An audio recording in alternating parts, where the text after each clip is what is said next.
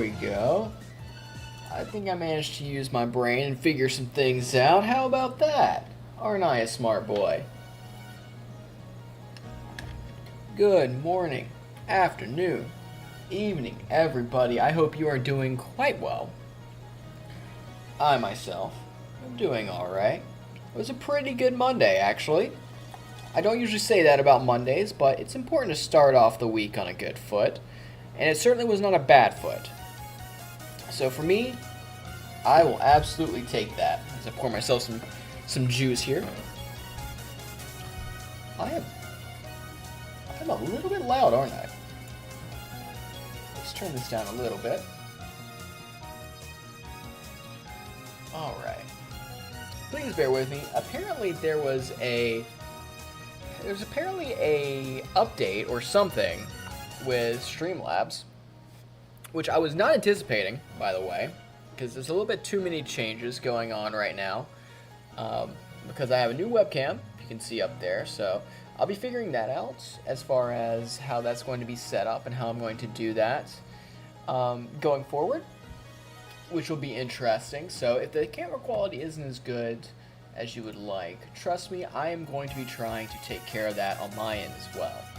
I would like to get that squared away and looking a little bit better, because I want to give you guys a good stream. As much as this is, and I'll be completely blunt with you guys, this is for my enjoyment as much as it is yours. Actually, it's honestly more for my enjoyment, like these Gunpla streams, because even though I know they aren't exactly the hottest content, you know, it gives me a chance and a place to do something that I really enjoy and have a set schedule of being able to do that and enjoy hobbies, which I think is really important.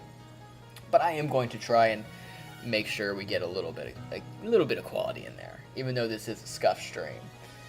And I hope you do not expect too much. So that's kind of how the system works. But for whatever reason, when I went to go live today, it decided it did not like at all doing that.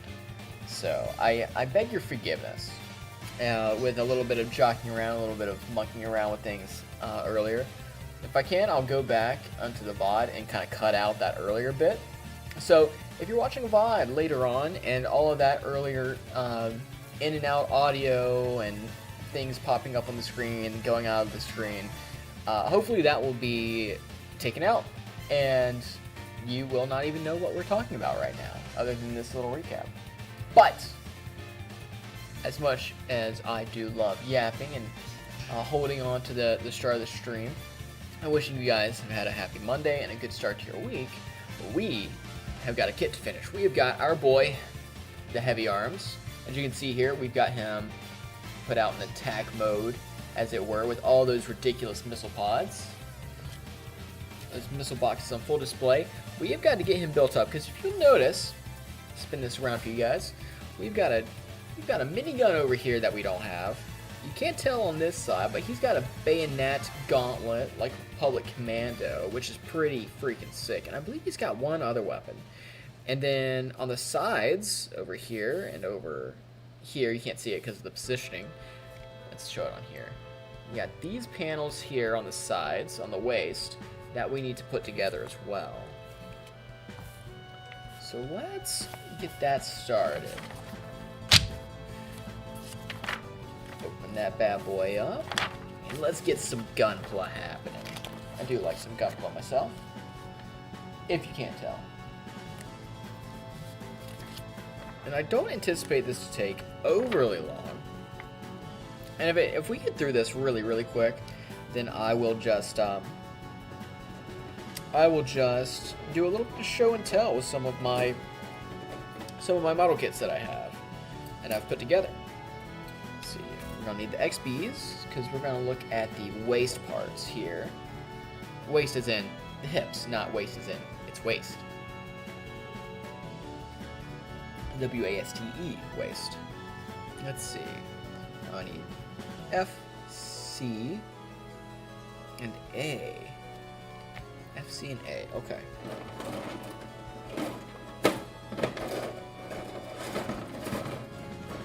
Actually, because I have the new webcam, and I had to kind of figure out how to get it put on. So that might be part of why the film is a little bit grainy, as it were. Kind of move it up and down, and that might help a little bit. I'll play around with it off stream as well as on stream to see if I can find some better quality for it. But it is currently sitting on a bunch of books, because that is how I roll around here. I've got a bunch of books hanging out. I've been doing a lot of reading. Dude, guys, I love reading. That is one of my favorite things to do. And I always fall in and out of love with it, mostly due to time constraints, especially with work. Oop. There we go. Let me move that over here. Don't be thick. Keep alerting the guards, as Snake would say. Put this over here. But yeah, I've been reading a lot, catching up on some reading, because I've got one of the books that this is actually sitting on right now, you can't see what I'm pointing to, is a book called 3 Shades of Blue. And I've been really enjoying it. Now, don't get me wrong, I think it's got its issues. Personally, I think the author, and of course this is just my personal opinion, I think the author puts a little bit too much of himself in the book, which, hey, he's the author, he's absolutely free to do so. I'm not going to begrudge him that, he's the one who wrote it after all. But, personal preference-wise, especially with things that are a little bit more of a historical look at something, I prefer, even if the author is going for a little bit more of a wet approach rather than dry history, I really appreciate it when authors do not inject a whole lot of their own opinions, especially when we're looking back at a period of time. I can completely understand it, even if I don't prefer it. For, let's just say I would be talking today about. I'm an American, so let's just say America, right? If I am talking about something about America today, because I'm an American today, while I still find it more on the distasteful side, I get it more, right? Because you actually have a contemporary, in the period, source in yourself, right? So I get it a little bit more, but when you're looking back into the past, at a time that you were not necessarily partaking in yourself, I think it is wise, perhaps. That sounds a little bit grandiose, a little bit self-aggrandizing, but I definitely prefer. Let's remove the judgment from that, the judgment call from that. All right, ooh, we're gonna be done with the XP runners. Very nice. Be gone.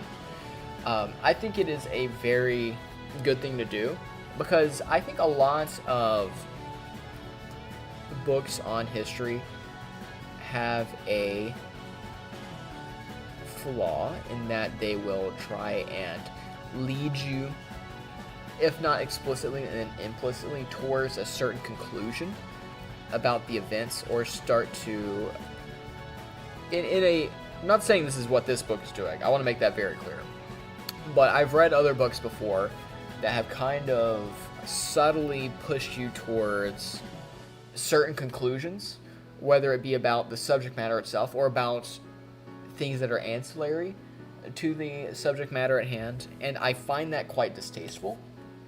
So, and because of that, again, I'm not pointing at this book itself and saying anything disparaging about it or in regards to this, but because of such things in a variety of books on a variety of subjects, I really dislike it when there's a lot of author self-insert as far as their opinions on things. Again, not saying it's wrong, not saying that an author can't do that. I think it's well within their right, if you're the author, to put in whatever the heck you want or don't want. It's a personal preference thing, right? Let's see.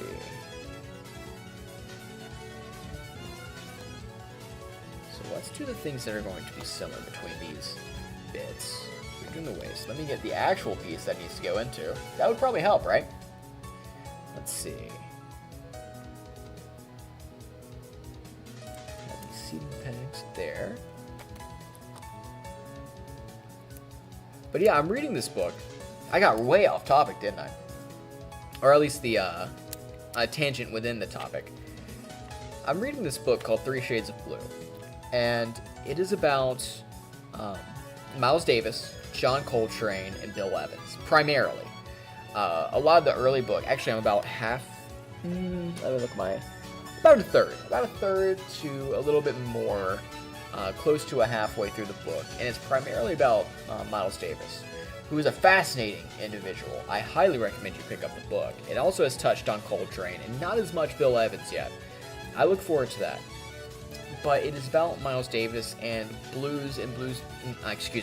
jazz. I thought about that because the title, 3 Shades of Blue, and blues being a type of jazz song, or a blues. And the culture around jazz and the jazz musicians of the time is a really, really interesting read. It is definitely against my what would the phrase be? Better judgment isn't quite the phrase I'm looking for, but against my efforts, especially coming from the metal tradition and rock and roll tradition of music, kind of aggrandizing and putting different people within a genre, musicians, on a pedestal. It has definitely been a humbling read. Alright, we need F14 out of these. Because you see the good and the bad out of the musicians. And one thing I personally didn't know, I probably should have, honestly, expected it, just with the type of people that, I'm going to make a gross generalization here, so please don't get mad at me. But the type of people that musicians are, I think, very creative, very out there, very driven by their passions. Of which I myself am a musician myself. I get that. While I am by no means an incredible musician, I would never claim that. I am a musician. I do play. I have played before in a variety of ways and venues. It is unfortunately common that musicians will turn to substance abuse or addiction in a variety of forms. And I never really, outside of tobacco and alcohol, really considered that about jazz musicians. Because, you see, I think it was Bill Evans. There's a picture of him smoking on the cover of an album that he did and put out.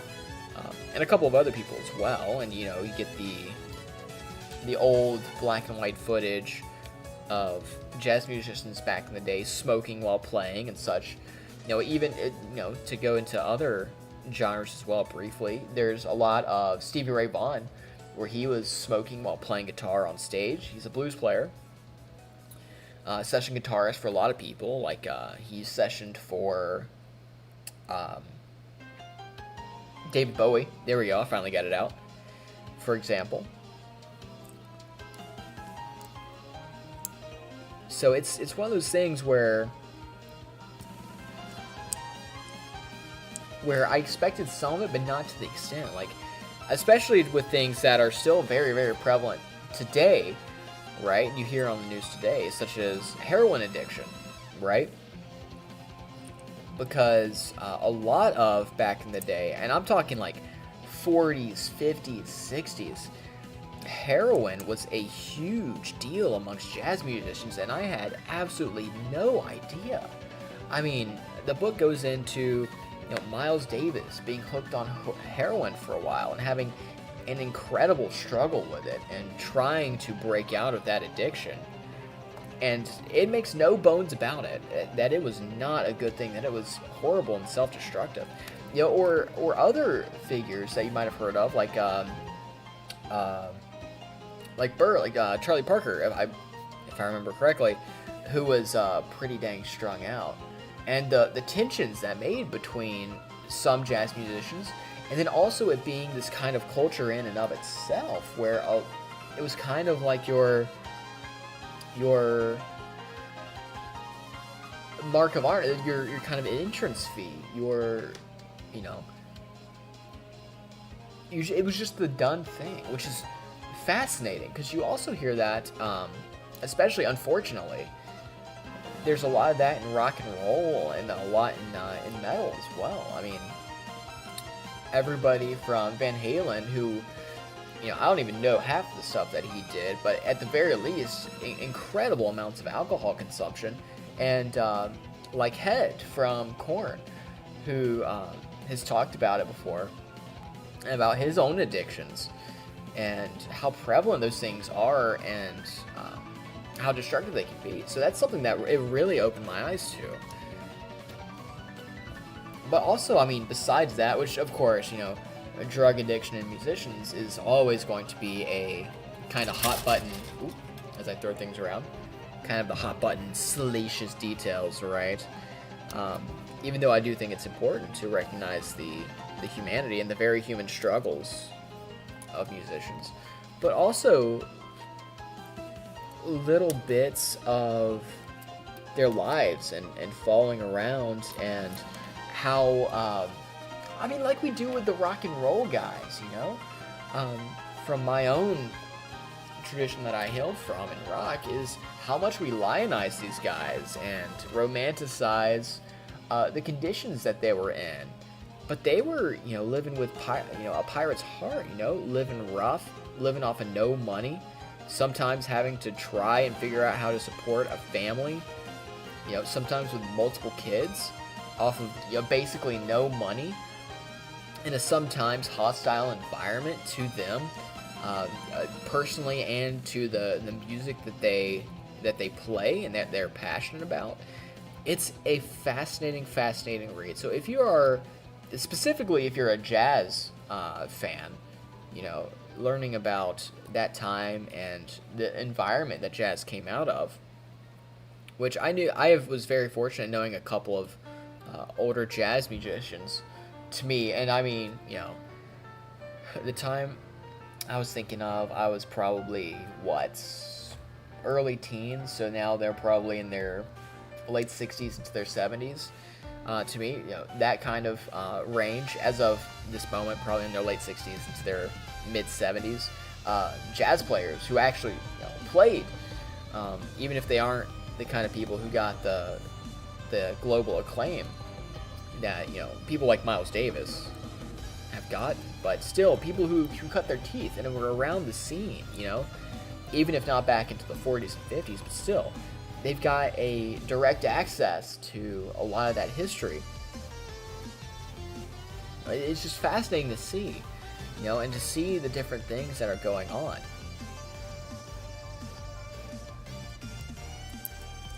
Let's see if I can put this together.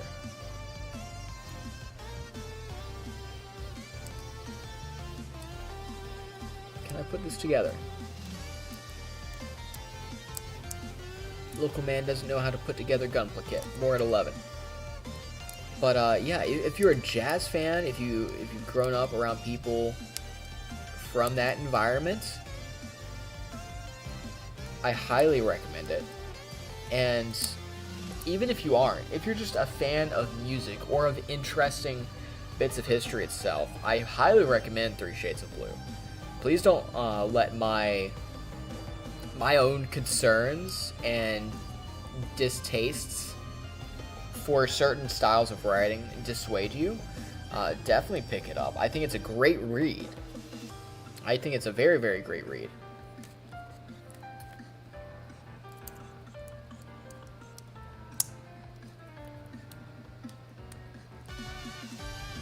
And of course, if you're into other styles of music as well, and you just want to kind of broaden your...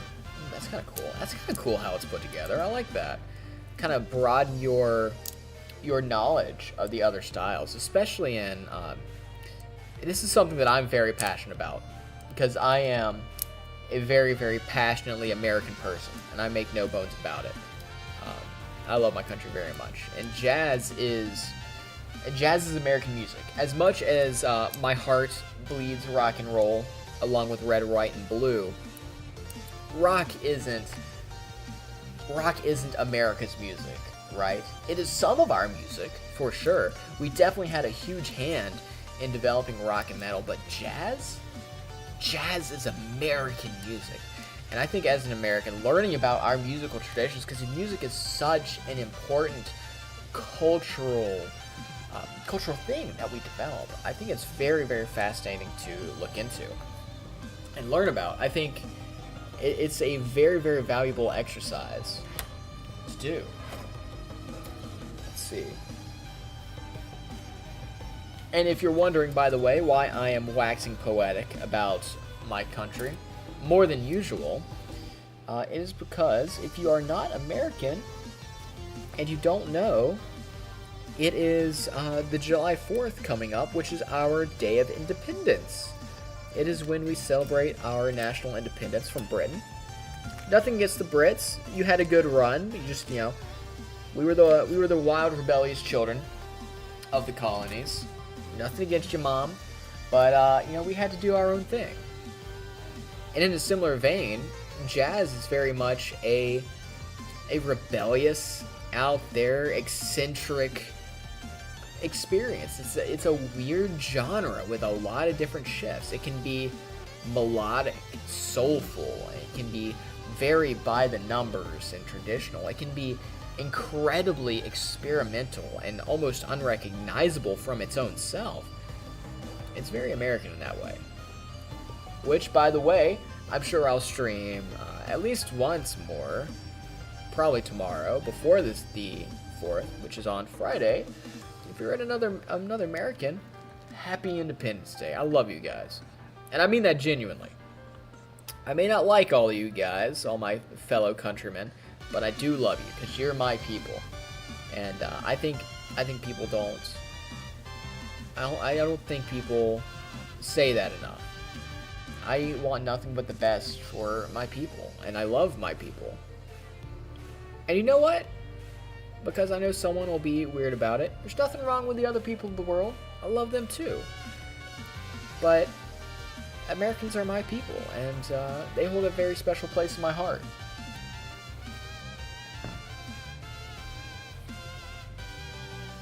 Let's see if we can get this together. Speaking of American, how American is it to be finishing the American art? The American art. Now there we go.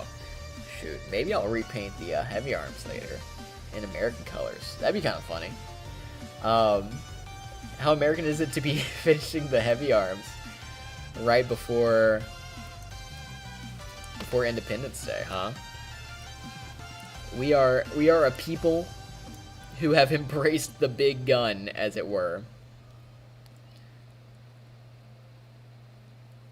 Let's see if I can get these bits on there. Let's see. And hey, before anybody gets weird about it too, I don't want to hear anybody talking, as is in the stream rules down below, in the description, or it should be. Let me actually check. I'll check right now. Let me see. Make sure it's in there. Yep. Alright, let's go over the rules again. Just because I want to nip this in the bud. I don't want any resentment or any bad vibes, right? Rule number 1 is be polite. I don't care where you're from. I don't care if you're American or not. No one's getting preferential treatment. Be polite. Be polite. Second, no politics. Alright? I do not care what your political opinions are, whether you're American or not. I don't care if you're left. I don't care if you're right. I don't care if you're a centrist. Keep that shit to yourself. I don't want to hear about it. Nobody else wants to hear about it. We're here to chill out and have a good time.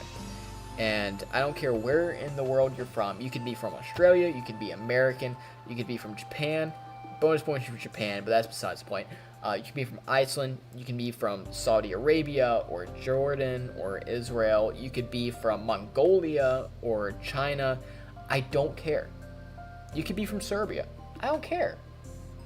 You're cool here. As long as you're cool, you'll be cool here with us too.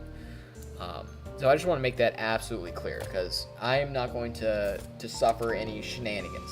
All right. I just want to make that abundantly clear, because I am very unapologetically American, as you may have surmised, but I have nothing against any of the other people of the world. And I want only the best for everybody else, too. Oh, look at that. Another finished runner. Oh, it's glorious. It's glorious. It's peak Mr. Joestar.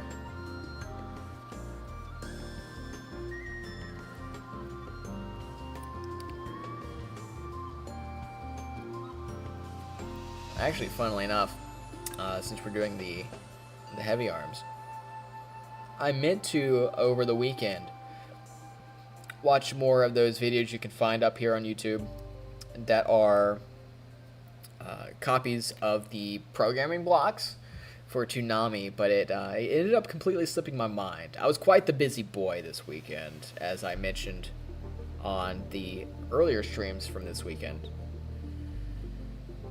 I say earlier this weekend as if it's still a weekend. It is indeed Monday. Happy Big Monday, guys. But I was doing a lot. So, funnily enough, for me, working today was actually not too bad as far as a lot of expending a lot of energy and brain power goes. It's actually kind of restful. I've got a. I'm gonna be intentionally vague because I don't want to,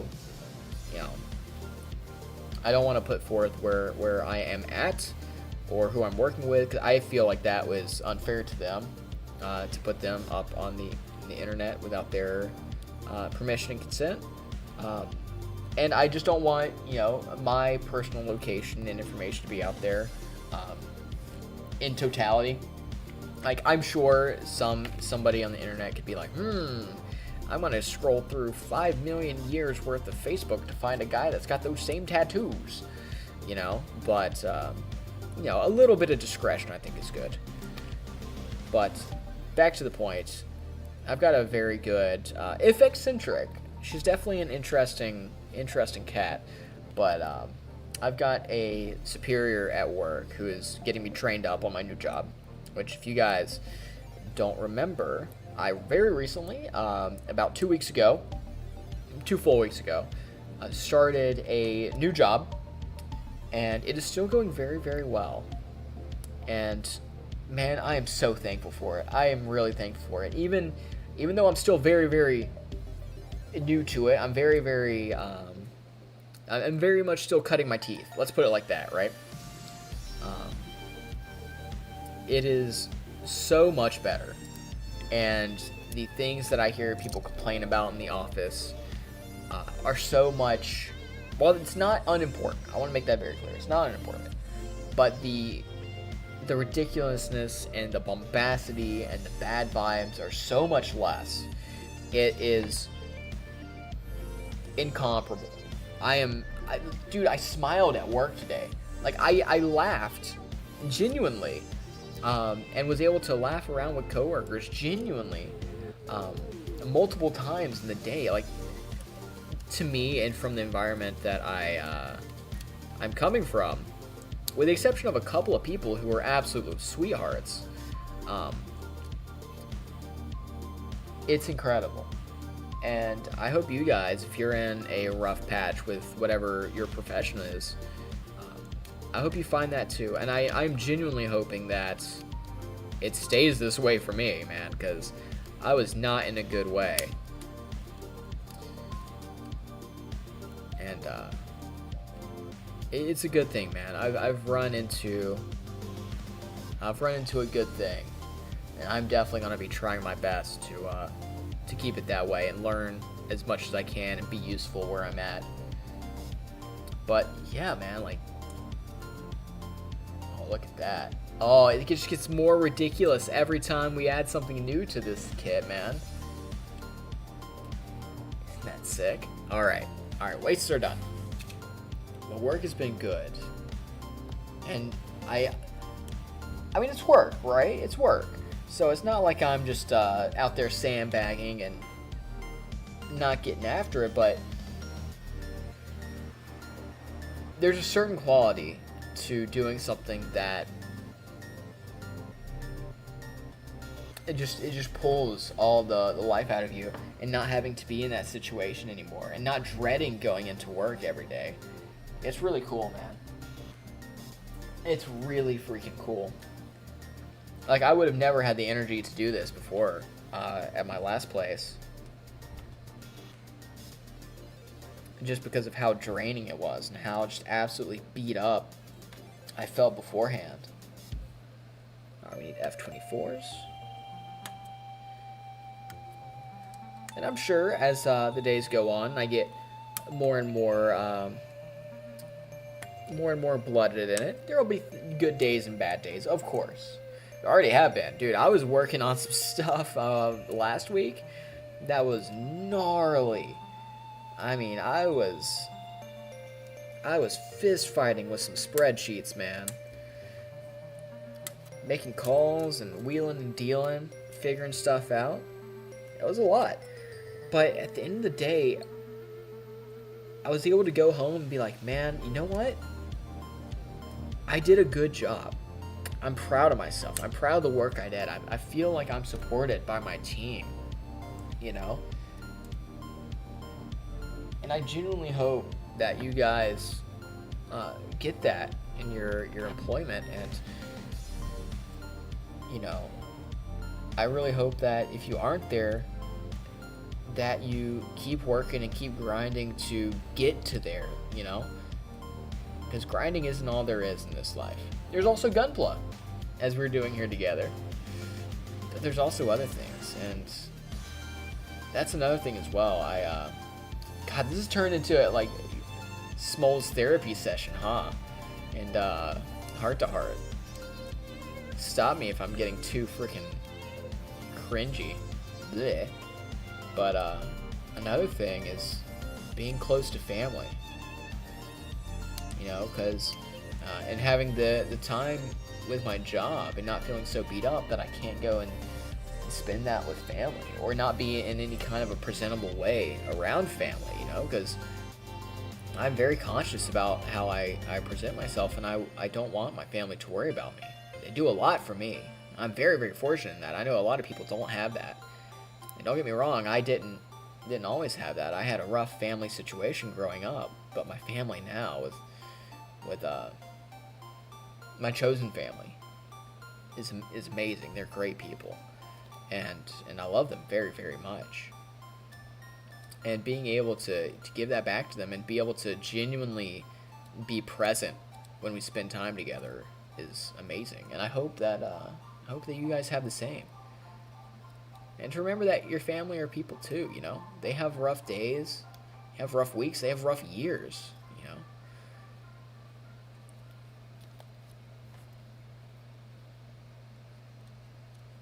And actually, my brother, who I will keep very vague on, because like with my coworkers, I don't want to put my family out there as I'm doing this. I love them very much, and I want them to be safe. My brother is, let's just say he's hitting that age. So, anytime with him that he actually seems moderately engaged with us, engaged with me, is pretty cool, you know? Not everything is super lame, because he's too cool. If he ever hears this, I know he'll give me crap for it, and I expect it. But I do love the kid a lot.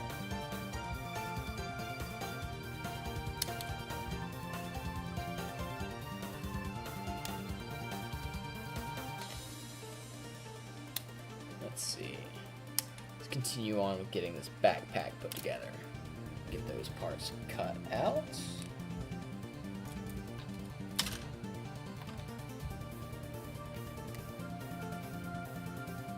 With these, work with the 20s. I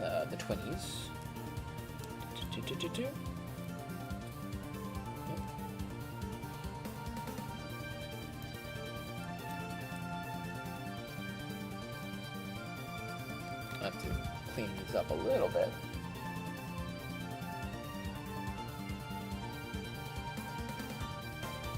Remember, folks, I've mentioned it before. You are probably an adult if you're watching this. so you can cut towards your thumb with your hobby knife because you are an adult and you're not a child, and you can control the amount of force you use with fine motor skills. Just be careful, because I am not liable for you cutting yourself, alright? Alright? Alright? Looking at you up there. Don't be stupid with your hobby knife, with your pen knife, alright? But also, we are adults. We can actually handle those things like adults. And that will genuinely give you better results, in my humblest of opinions. Again, not that I'm any kind of award-winning hobbyist or anything like that. I do it purely for my own enjoyment and to annoy my friends, because I will gush about Gunpla and Warhammer and 40k, and I've got a couple Malifaux models back there, and I've got some BattleTech. Which that could be a fun thing too, depending on how quickly we get this finished up.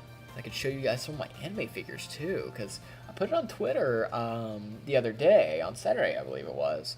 Got UMP9 over there in that direction on my desk, and behind the books that the camera's sitting on, I have Shikiryogi from Kara no Kyokai, which is one of my favorite stories in anime ever. I think those are fantastic stories in that. The movies are done really well. The novels are really good. I'm currently reading the novels in Japanese to try and bolster my own Japanese, my vocabulary and my understanding. So,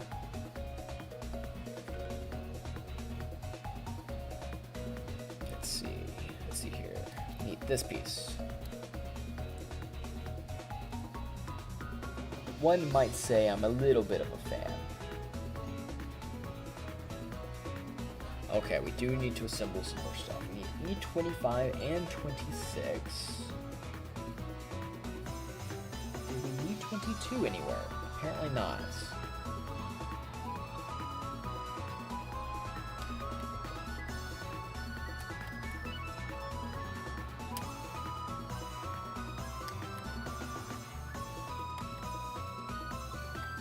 I do hope you guys are enjoying the luscious sounds of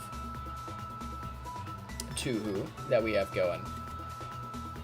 Full credits and kudos to Mr. Zune, because he is amazing at creating very interesting and good sound.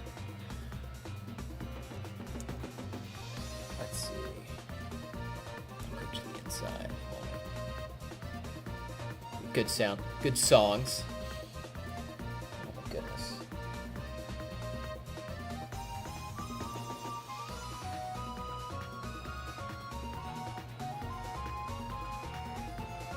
Alright, let's see here. So it's going like this. Put this together like so. And then if we put it in,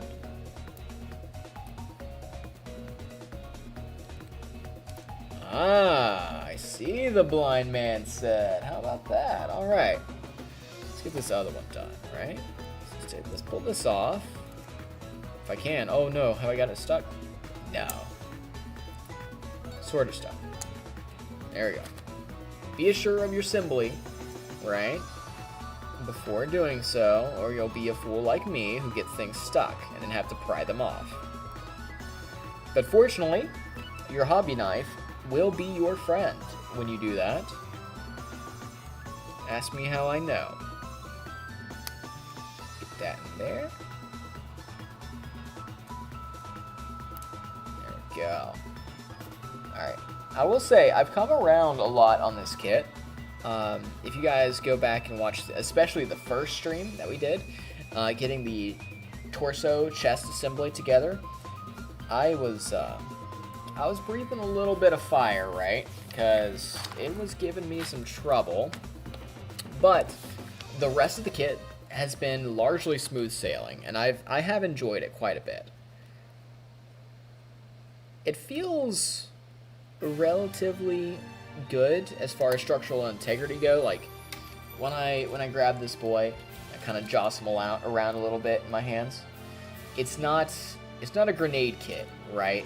I feel like, well, some of the fiddly bits, like some of these shoulder bits, right, and maybe one or two of these little panels for these missile boxes might come off. But really, it feels like if I drop this accidentally, you know, from a reasonable height, or like from here onto my desk, it's not going to explode into a million pieces, which I cannot say the same with for all kits. A lot of perfect grades are like that too, especially the older ones, so buyer beware with those. They can be a little bit finicky to put together as well. Again, not to dissuade you from putting together those kits, because they're freaking cool, but you should be aware of it going into it. Let's see.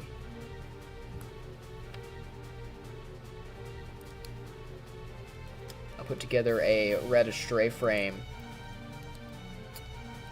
kit, and that, I love that kit. It is a beautiful kit, but oh my goodness, I am terrified anytime I move that kit, because I am convinced it is going to explode into 5 kajillion pieces.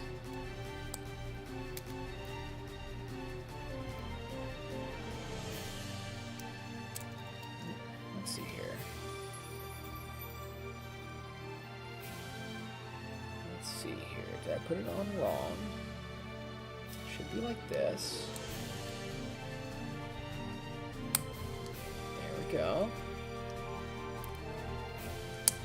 There we go. Let's get it through.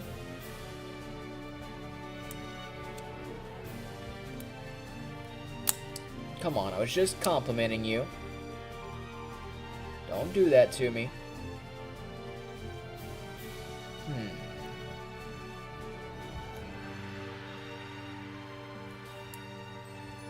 Interesting.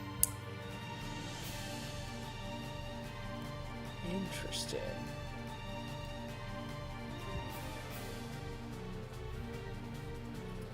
The problem I'm running into is this piece has to split through the slot there, like so.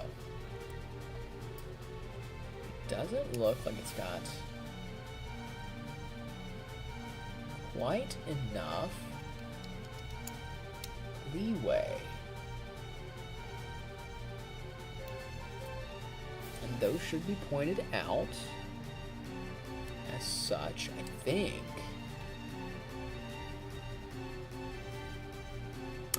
No, I'm a dummy. I'm a dummy. We have made a discovery, ladies and gents. I managed to read this upside down. Most unfortunate. Okay. Okay. I see what's going on now. Don't ask me how I read it upside down. Alright? Don't judge me. I'm sure you guys have done some silly things before. Alright. Let's actually read this. So. This piece is like this. Right? And these little ball joints for the jets need to be pointed down like this. Okay, so we go like this, and we need these to be sat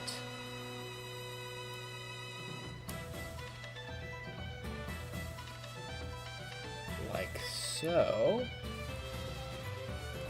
That should alleviate our problems with getting this other backpack bit put in correctly. Let's put this other bit of it like this. Very good, very good. Put this into here. Okay, let's see if this will seat correctly now. Man, isn't it crazy how much easier life is when you know how to actually read and comprehend what is being put before you? It's insane, man. It's insane. This is just hacks. I love it. Alright. Put this over the top here. complete that assembly. Then we need F28s. Is that going to be it for the F runner? Pretty dang close. No, it will be it. It will. We are killing some runners here, ladies and gents. And as I've mentioned before, one of my favorite things in building Gunpla is being able to toss the runners to the side in victory over the kit. Be gone. To the floor with you. Let's put these over here.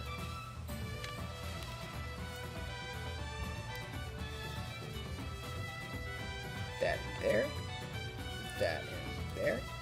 I'm kind of surprised they didn't do kind of a tiered jets in this model, where these would be different sizes. Where there might be a smaller one to where it was kind of like recessed into the backpack a bit more to add a little bit of a 3D effect. I don't hate it by any means, don't get me wrong, but just a little bit surprised because I've seen that before. Alright, this should be our last major piece. Yeah, so we should be able to. There we go. Now he's got his backpack in there. Very good. Okay, so now we've got to put together our beam Gatling cannon, our shield, that was the thing that I was forgetting earlier, and our army knife. So those are 3 things that we need to do. So I'll finally be able to use this long fiddly piece, which is part of the Gatling. This is the belt of munitions. Or I suppose it would be more like the power cell, right? The cable to the power cell. That has been hanging out on my desk for like a month since we started this thing, and I've been terrified of losing it. I've been keeping an eye on it like a hawk for that reason. Okay. So all of this is final assembly stuff, which we've already done. We already have it opened up for full area of effect missile suppression technology. So let's get our army knife together real quick, right? Do that, and then we can move on to the other ones. Actually, I'm going to go ahead. This is the last of the Sea Runner, it looks like. I'm going to go ahead and cut out this bit for the shield. But we're going to hold on to it for now, because let's do things in order. Let's not get too crazy, right? Alright. And then we can say goodbye to the Sea Runner. Very nice. Very nice. Get this cut up a little bit.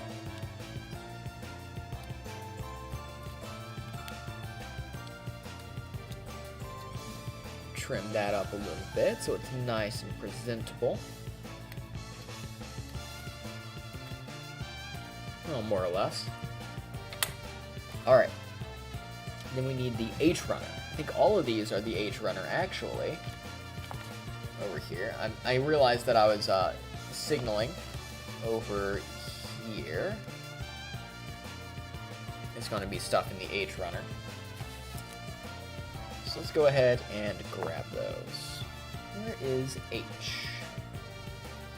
H1. This is H2. Here we are. So we need 8, 4, and 7. Well, I can find 4 pretty easily. It's probably the gigantic Bowie knife looking thing right here. The blade of a Bowie. Which that's actually a type of knife I don't really have at the moment. I had one a long time ago. I don't know where it has gone. Probably just in the shuffle of things. I probably gave it to somebody at some point. Or I got lost in a box somewhere while moving. Unfortunately.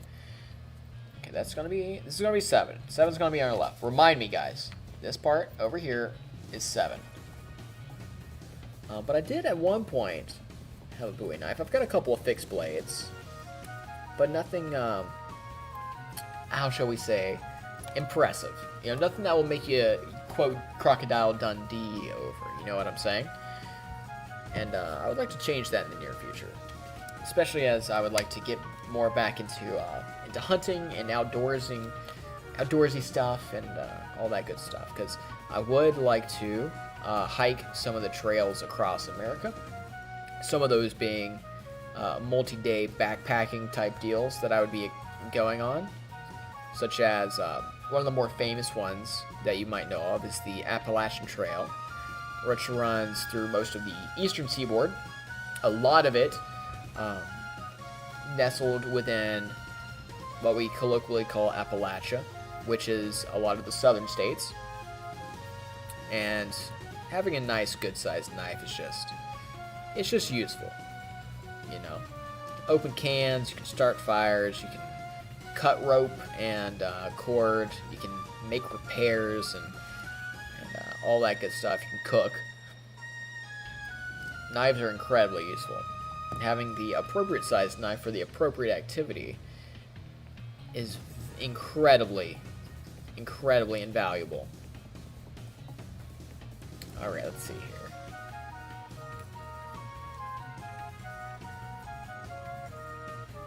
Take this. This is going to be... Let's see if I can read. The blade is going to be this way because it's going to swing out. Yes. Have to be here, right?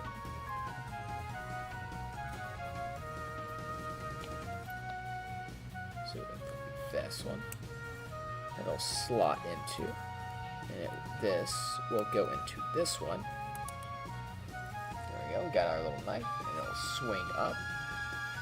Okay. Not bad. Not terrible. This is acceptable. And then we've got our army knife. So let's put this to, where are we going to put this? We're going to put this to my right over here. Then we need to do our shield. So we need H1, 6, probably the shield-shaped one. What do you guys think? You think this is the shield-shaped one? I think that might be a good bet.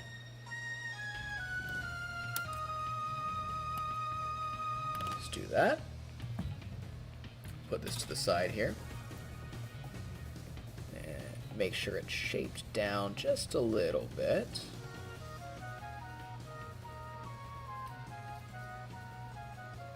You know, weird thing about streaming is because, especially now that I'm not using my phone to be the webcam, but I actually have a webcam up there, little bitty one. I can monitor the way I usually do for streams, which is I have an earbud in one of my ears, currently in my left ear. And then I have an earbud to my laptop, which is what I stream with over there, going up to my right ear. And I've gotten really used to having conflicting sounds coming in through one ear or the other directly. Because, as my friends would most assuredly tell you, I am a ADHD mental person, and I will have 4 or 5, sometimes even 6 different streams of input going with video, like visually and audio wise, audio. I think that's a word. And but having one ear directly into something and one ear directly into another, and not having anything else conflicting with it, like having noise just out there that is being passively processed, like having a TV or a radio going at the same time, for example. It's kind of funky, but I'm starting to get really used to it. And I'm also getting more and more used to the sound of my own voice, which is unfortunate. I definitely have not been blessed with a speaker's voice, let's say. I would describe my, to borrow phrases from other people, and certainly I'm not the originator of it, but I would describe myself as having a face for radio and a voice for print. You know, it's certainly not the worst of voices, but not exactly a standout voice, let's say. But you do get used to it. If you are someone who's interested in getting started streaming, you'll get used to it. Take that from someone who's been streaming not very long and is already starting to adjust to it. Don't let that be the reason you, or the excuse, rather. I'll use a slightly stronger language. Don't let it be the excuse that you don't try it, at the very least. Because I'm certain that, streaming, like many things in life, is not for everybody, but for me, man, I enjoy this. Whether I've got me, myself, and I in the stream, or I've got a bunch of people in here, whether people love what I'm doing or don't, this is really, really enjoyable to me. And it's something that I would hopefully, especially with hobby stuff like this, is stuff that I would be doing anyway. So, I find it very cathartic. And who knows, maybe it'll be your thing too. But then maybe not, and that's completely cool too.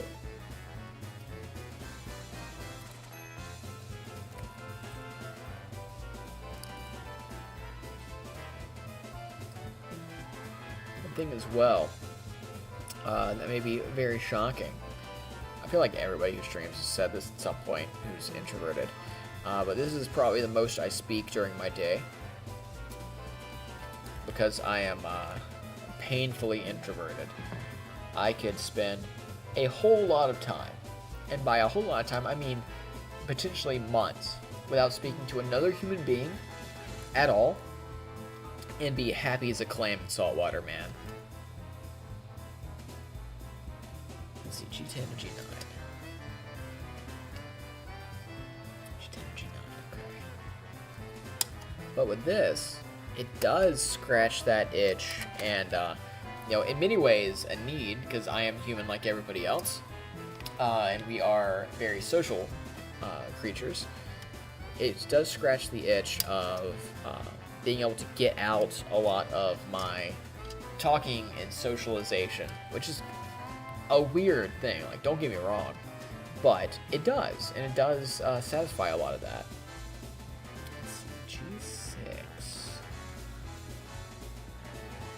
Two G6s.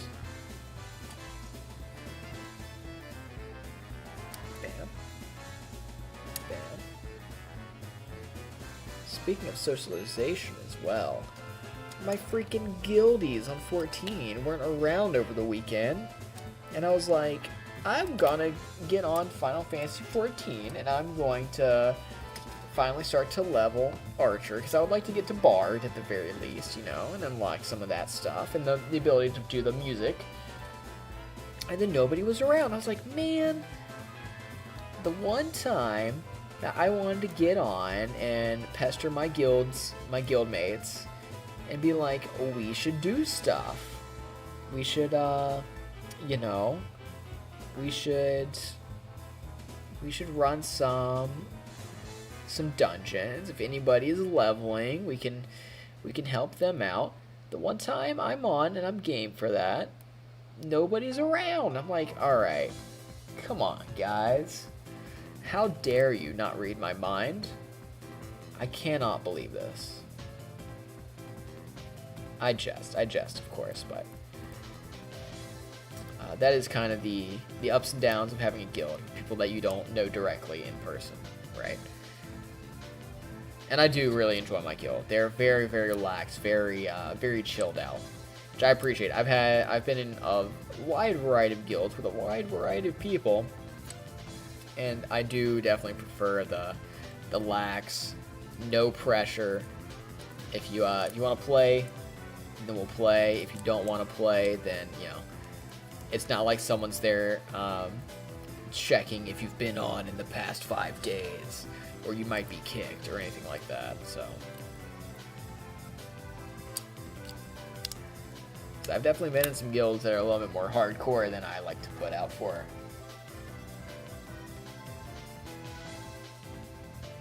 Take a sip of my juice there.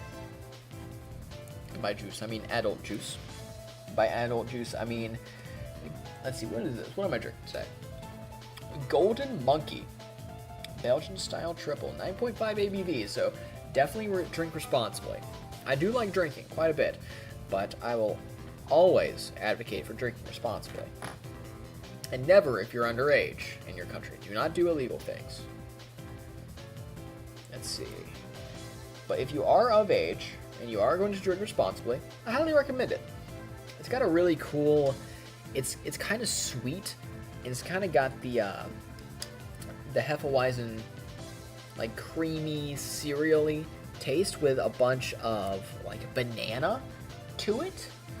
That would be kind of my knee-jerk tasting notes for it.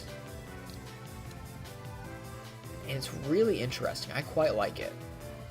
I'm not usually someone who goes for a banana flavored anything. I used to really love bananas, but I kind of burnt myself out.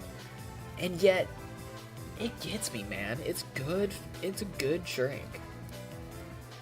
Actually, here's some deep lore for you. I used to, under a different screen name, I would stream on Twitch and do cooking streams pretty regularly for like a good year. I streamed every week, even every weekend for a while, because I meal prep. I meal prep all my meals for the week. And then due to things getting a little bit more crazy at work, I stream like every other week, so like twice a month. And I did a drink of the week every week that I streamed, and I had some interesting stuff. I threw a couple of originals in there too, not to toot my own horn, alright, but I had some good ideas. I had some decent ideas.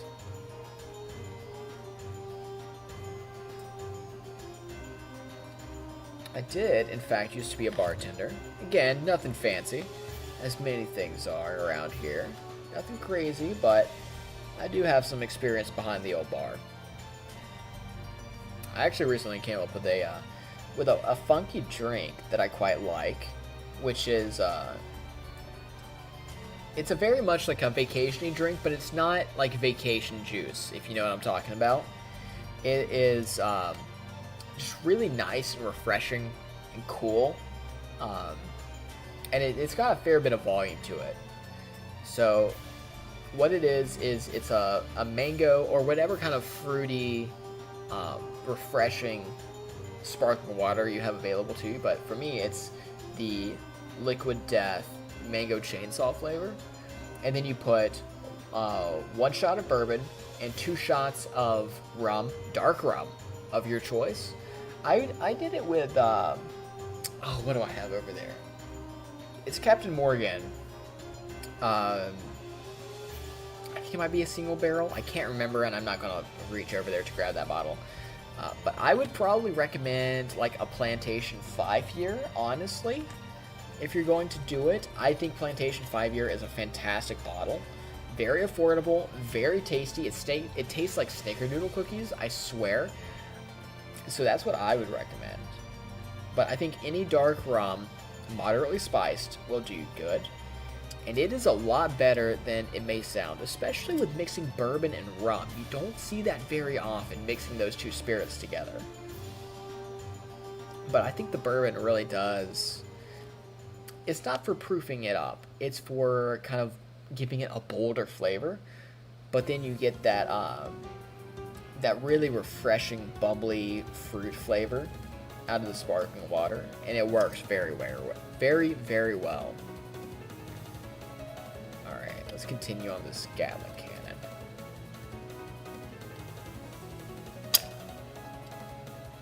Tell you one thing as well that I will watch, and it's very nice if you are interested in mixology, is if you are interested in VTubers, go check out Miss Rooney Ruse.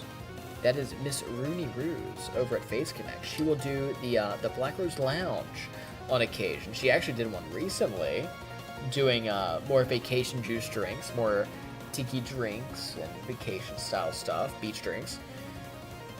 And she's got some good stuff over there, I gotta say. I do enjoy her stuff, and as because I have recently moved into a new place, my bar is not built out like it has been in the past, but as I build it back out, I'm definitely going to be stealing some of her recipes, because she's not bad. You're pretty good, huh?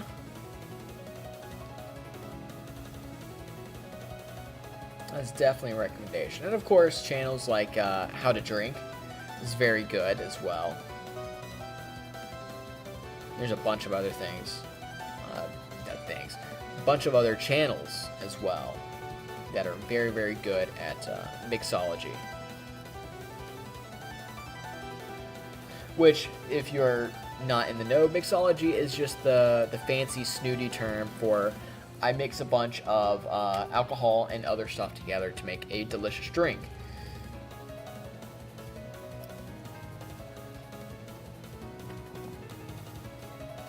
What we would colloquially call bartending.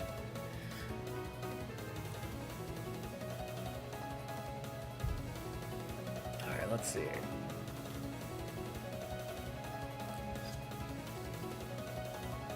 It's a cool gig. I've thought, on occasion, I don't know if I'll do it. I probably won't. Especially with doing this with you guys, streaming now.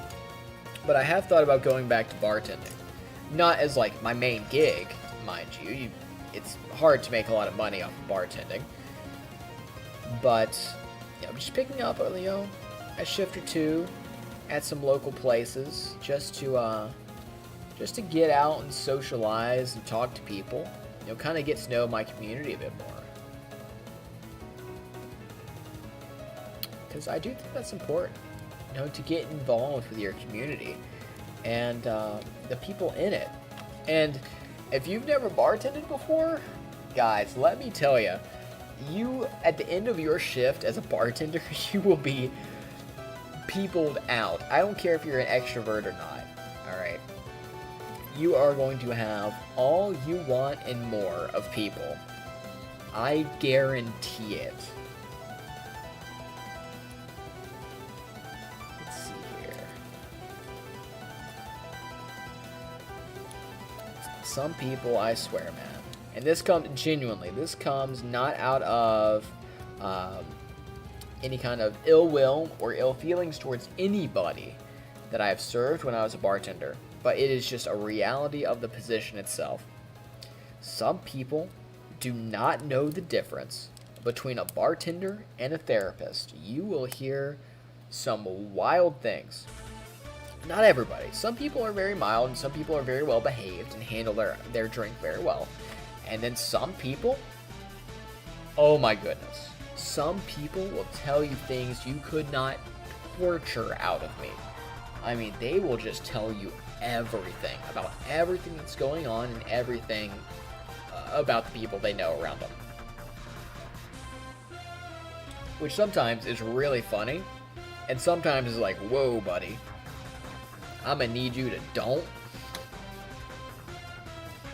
And I'm sure, without any shadow of a doubt, that any of my fellow people who bartended, all my bartenders, past and present, can attest to that. A lot of really sweet people too, though. Don't let me fool you, though. It's always the funny, salacious things that get people's attention, but you do meet a lot of sweet people. Let's get that out. G5. G3. That would be the butt plate of this minigun.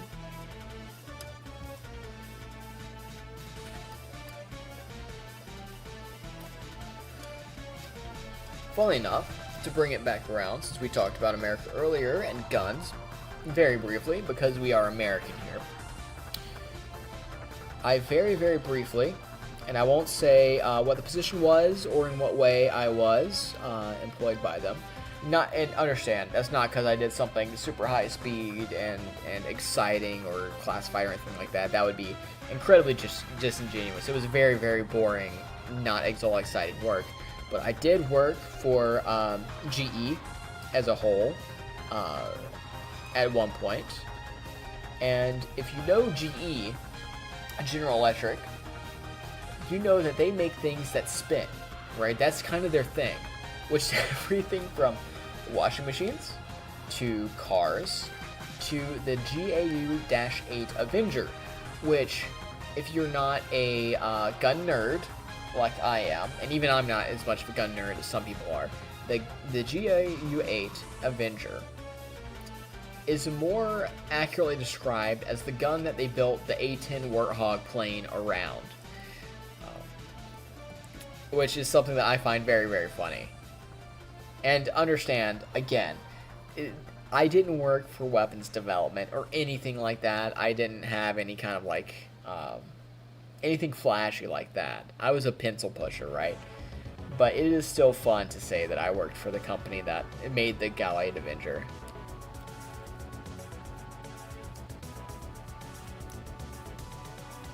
There we go. Get that slotted in there.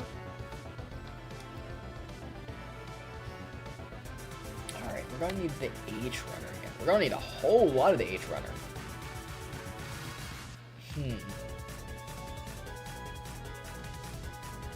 Okay, we're going to need our funky part here. Our belt. And first, it looks like we're going to need H1. H11 and H13. H11 is here.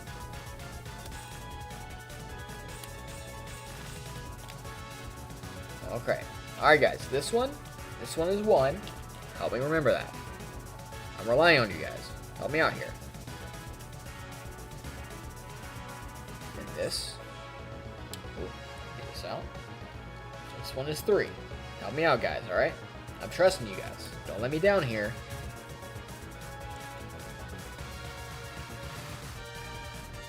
Alright, we're gonna take this.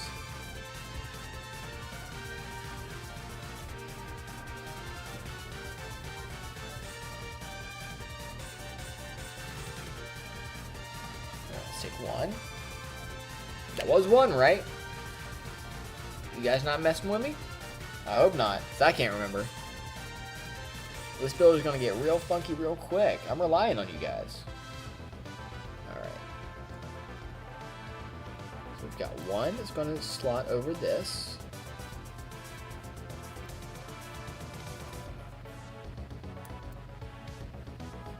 And we're going to have 3. Which should, I believe,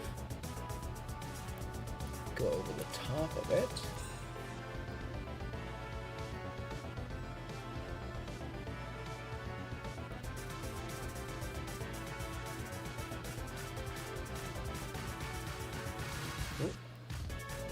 Actually, I think it's easier to slot it in like here. Some of these bits get really fiddly.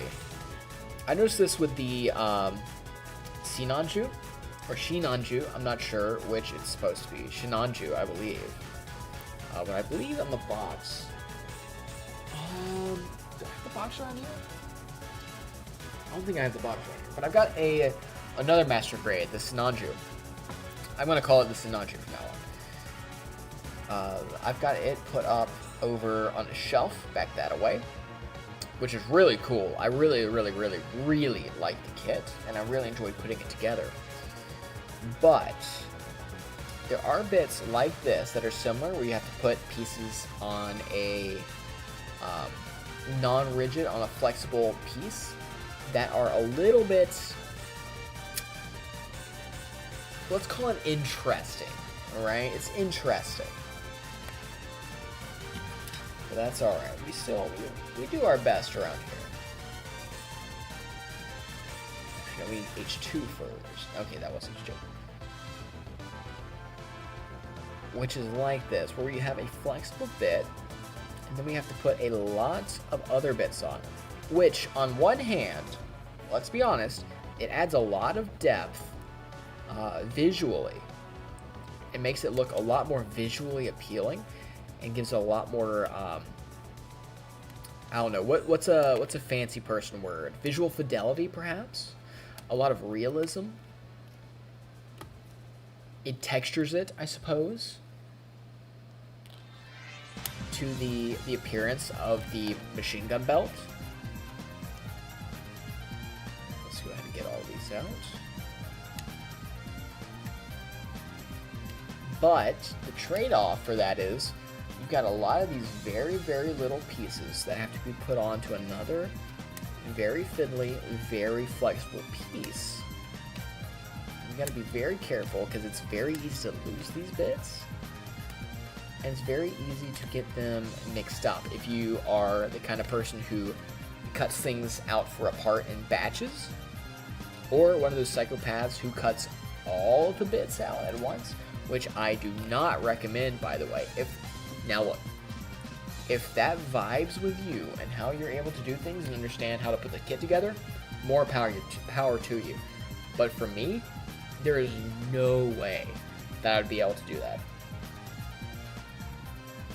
It would make my time to completion for for kits, insanely high. I'd be lost most of the time. I'll throw this on the ground. This is the other thing. Having to look very closely at how the part is positioned in the diagram and putting it on correctly.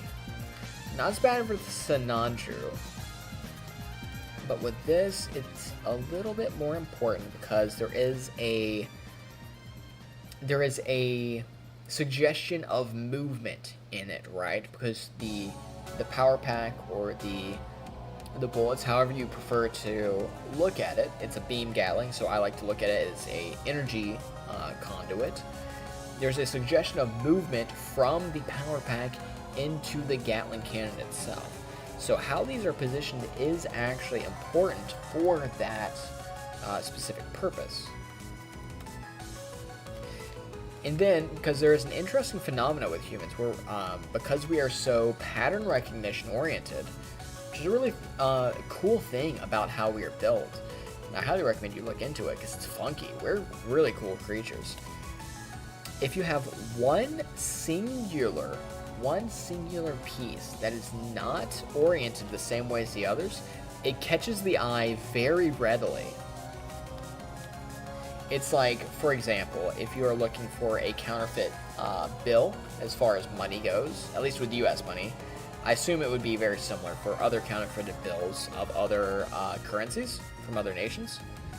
If you line them all up and you've got 10 bills, right? And you're looking for a $1 bill that's a counterfeit. You take 9 other bills and the bill that you think might be a counterfeit and you put them all together.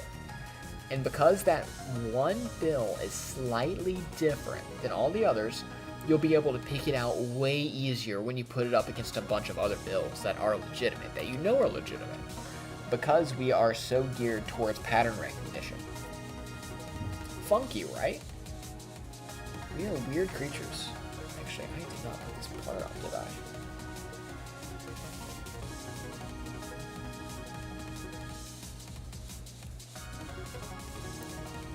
There we go. Bet you guys didn't think you were gonna come to the stream and get a TED Talk on counterfeiting, huh? Which, YouTube, I'm not talking about how to counterfeit. I'm talking about how to beat counterfeit. All right, don't come at me, bro. All right, back to H1. We need to cut out all of these other bits for the belt, the ammo belt.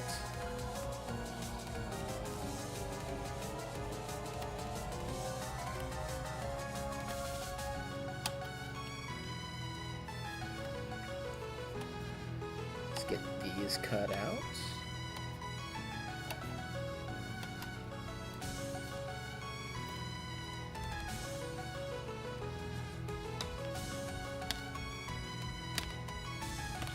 Ooh, are they all gonna come out one after the other? That's kind of pleasing, not gonna lie. Let's go on this side.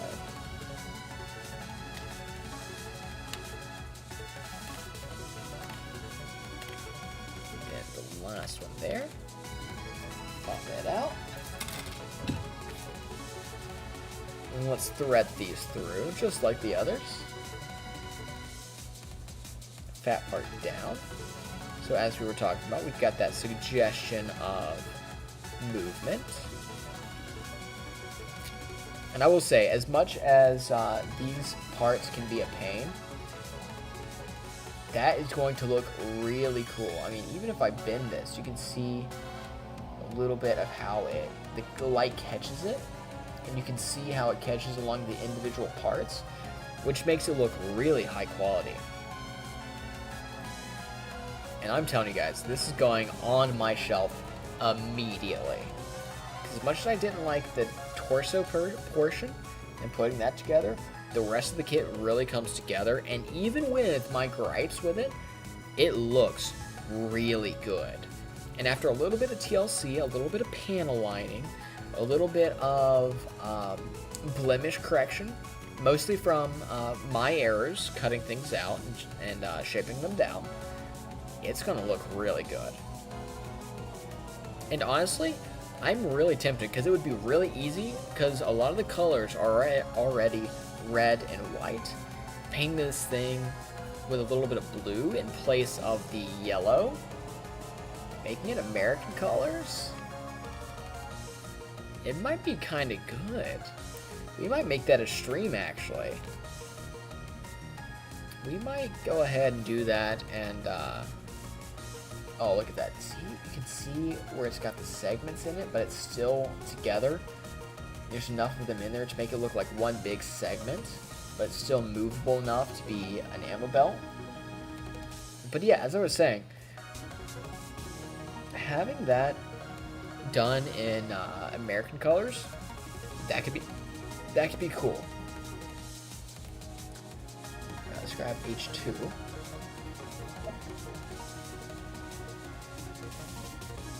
No, this is the PE part.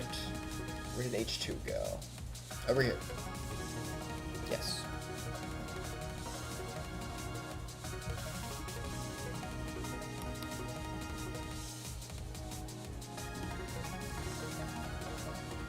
Alright guys, this one is 3.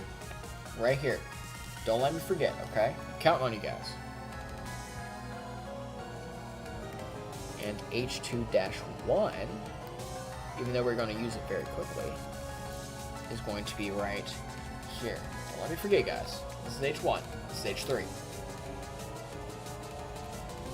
And we're done with the H2 rubber as well. More plastic for the pile.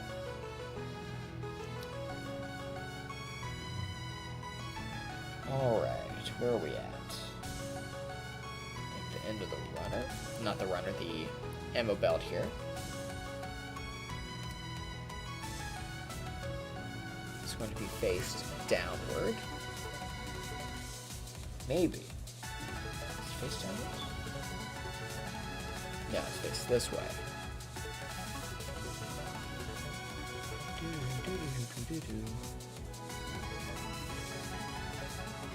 Come on. You can do it.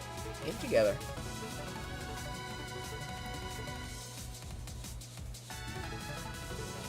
If, by the way, just because I am feeling oddly self-conscious about it, if it ever sounds like I am humming out of tune with the, or out of time, I should say, out of time with what the stream is playing, it's probably because of the slight delay on the streaming. I might be actually doing something that, or humming something rather, that has already played slightly in the past. So don't blame me, bro.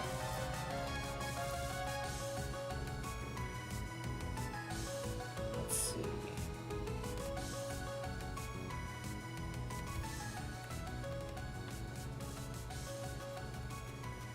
Alright, so let's see. It's PC. That's done. Let's move this over here. Let's mark these off. Flip the old page. Then we've got to get the hopper done, right? That is not a part. Go back to the G runner. Ain't nothing but a G thing.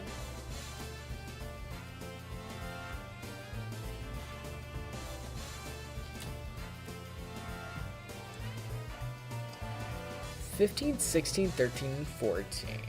Alright. 13. Be right here.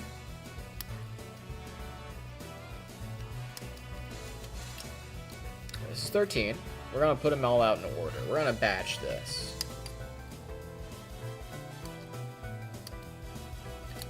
It's going to be 14 over here. Alright, so we got 13 and 14. Don't let me forget.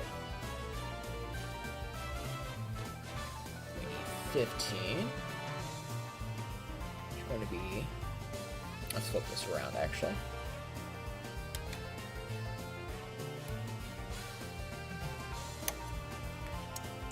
$15 here. And there should be 16. There we go. Flip this back around. These are easier to cut from the back of the runner. 13, 14, 15, 16. Don't let me forget. And we're down another runner. Heck yeah, man. Let's trim these up a little bit. Just make sure they're all nice and neat and fit pretty well. Like I said, we can give these a little bit of TLC later. And I'm actually quite taken by doing a slight repaint with this kit now. Changing the yellow highlights to blue. So it's the very American heavy arms.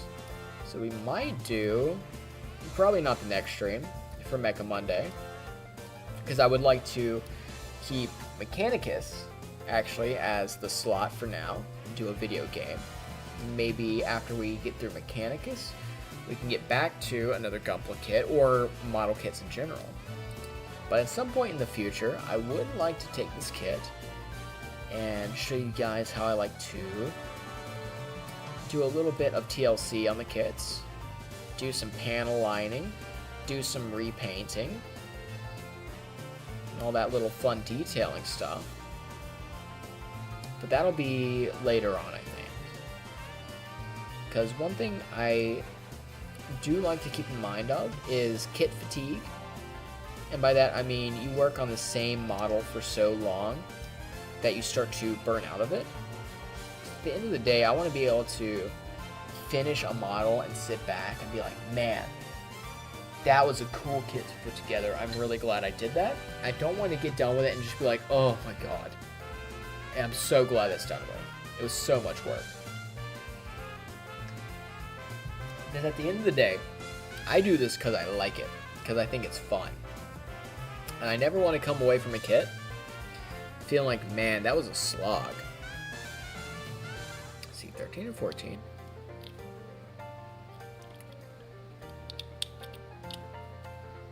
Put this together here, like so.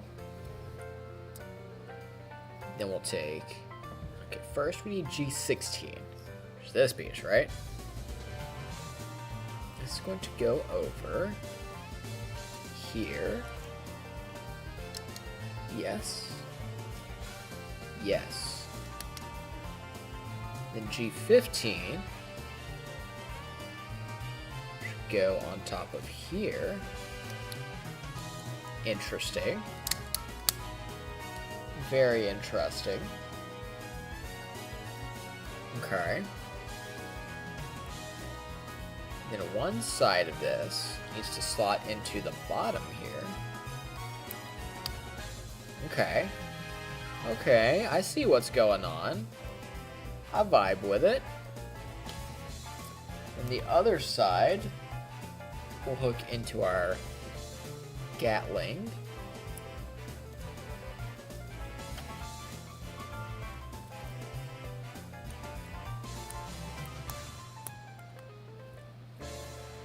Okay. There we go. Then we have the assembly for the weapons.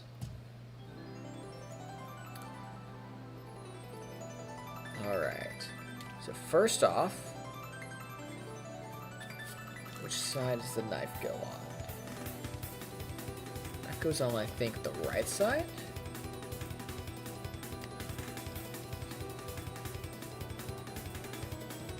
Going in at either side, I suppose. We actually did a little bit unorthodox. So it's gonna go underneath, actually.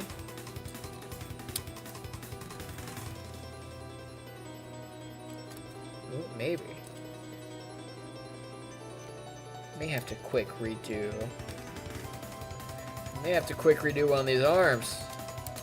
Oh dear. Do a quick little bit of doctoring here.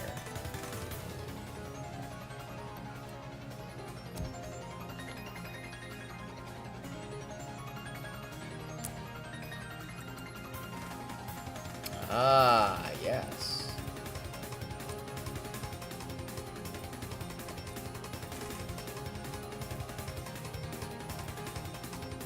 Take this hand off. Should be able to take... Oh dear. There we go. And if I was a clever man, I would have seen this little slot that this would feed into. We can put this back on.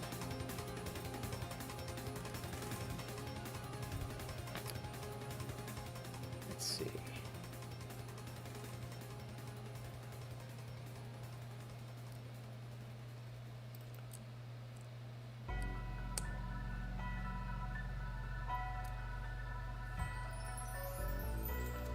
Let's see.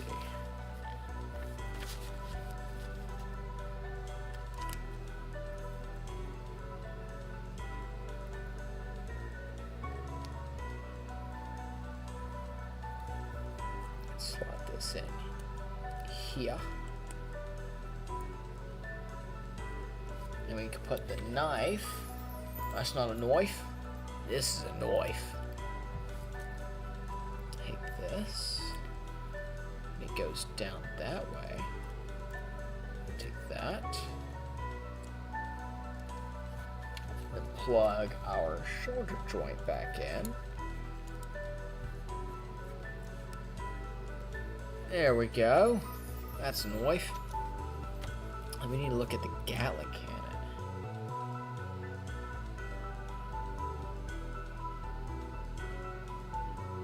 Okay.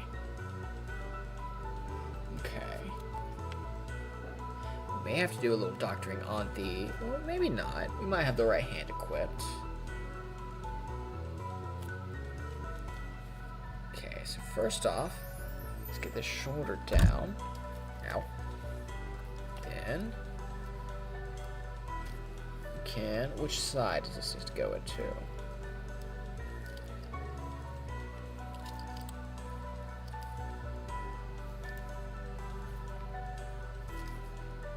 Plug this into... Come on.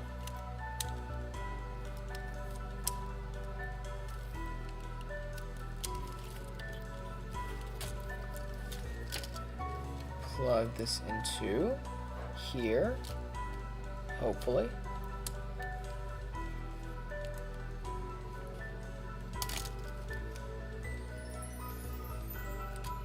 Uh-oh. Well, it still works. It still works. It just curls around a little bit differently. That's kind of cool, too, though. It curls up around the top. It's kind of funky, right? It's kind of funky. I dig that. Okay. Actually, no, yeah, I kind of like this. It's a little bit different, huh? Okay. Okay.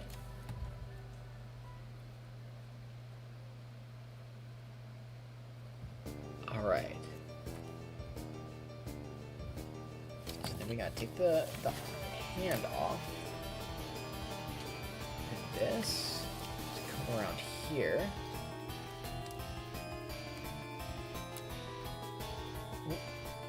Put that back in.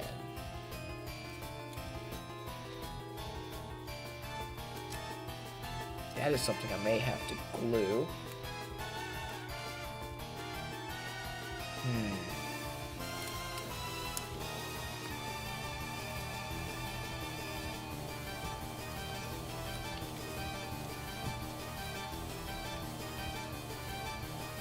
That's something I may have to glue, huh?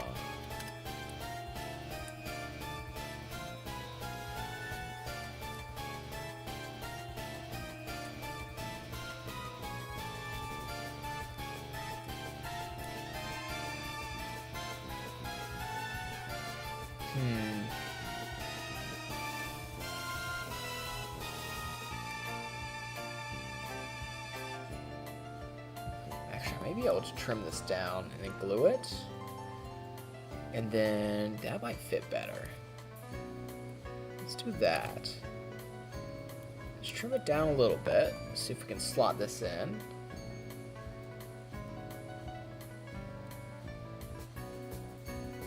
Yeah, we're gonna need a little bit more off there.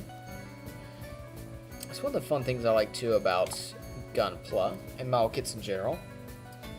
Not all the time do you need to actually follow the instructions verbatim. Some of it, sometimes, is kind of figuring it out as you go along.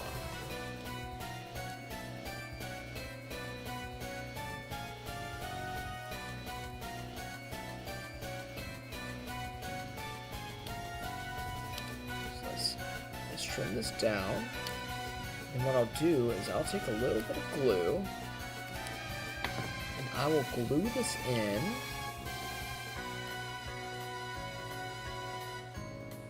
There we go. So that fits in fairly well. Still got a little bit of play to it, right? I'll go ahead and check to make sure it will. Oop.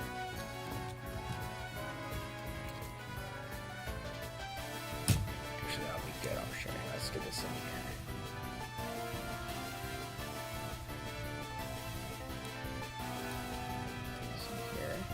Okay, so that does fit. Or actually, we can probably slide in here too, right?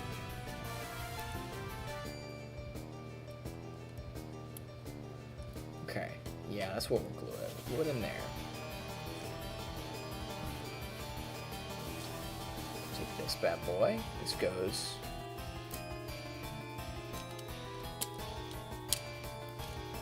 Up like this, based on how we have it.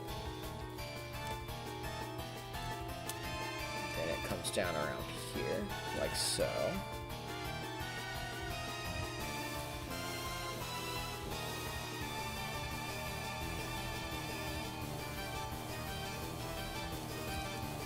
Something like that. Then it'll come up like that. Yeah, that would be sick. Okay. In that case, let's take this part off for now. Alright. Take that off. And we'll do a quick little glue to make sure that we are able to get this to be secure. Where did my glue go? Shave this down a little bit. Go. Put that down a little bit to where it's nice and flush. Put this heel back on real quick. That's one other thing that I tend to like to do that not everybody likes, and I completely understand. I've mentioned it before, I believe. Taking some of the bits, especially like the ones that aren't posable, and just throwing a little bit of glue on them, just to give your kits a little bit of stability, is probably a good idea. It's not the worst idea in the world, in my opinion.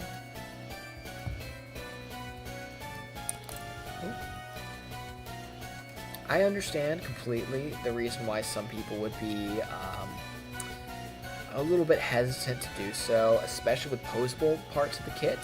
Now, posable parts of the kit, you better know what you are doing, because you are inviting a world of hurt if that's what you're doing. Let's see. But otherwise, like the heel unit that I just put back on, or like this, where I know for sure this isn't going anywhere with the kit. The rest of this bit is posable. So I don't really need this to be. Actually, I'll move this down as well. We'll get those together. And then I can pretty fairly get to work in and of itself. I can trim away some of the excess glue as well. So we're gonna leave this here for a second to dry, which is something to consider, right? So the reason I'm gluing this bit for the energy Gatling cannon is that I know the rest of this is going to be flexible and I can pose it as I need to. And really, this one joint right here is not going to be a deal breaker. It just isn't. It's not how that works. So that's something to consider and something to keep in mind as you build your kits. If you're a little bit more seasoned, I think it'll be something that comes to you rather naturally. If you are still on your first kit or two, this is something to maybe not do, but to consider how that works and how the kit interacts with itself, to where if you do want to make use of these things, you are able to make an informed decision about how you do it. And also, if you're a little bit more seasoned, you've probably posed kits a little bit more. You've had more kits available to you that you've done and you have displayed, and you know what you like, and you probably have an idea of how you want to display the kit, which will also inform your decisions when it comes to gluing things together, which is very important, because one of the big things about Gunpla kits that is so appealing, in my opinion, is the fact that they are very, very customizable as far as the posing goes. So you don't want to cut off your access to that kind of big selling point if you don't have to.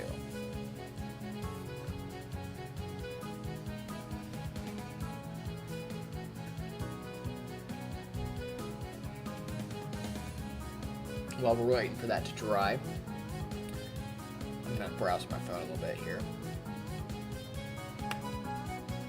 Oh.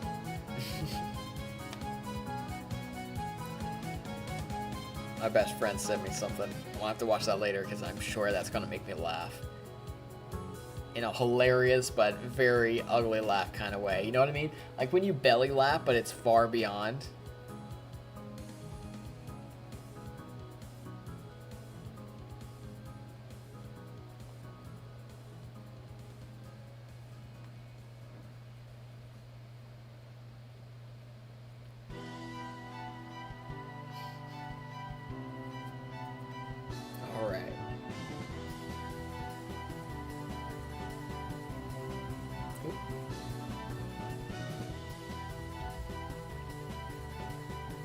How are we doing on this? We're still a little bit wet, so let's give it a little bit more.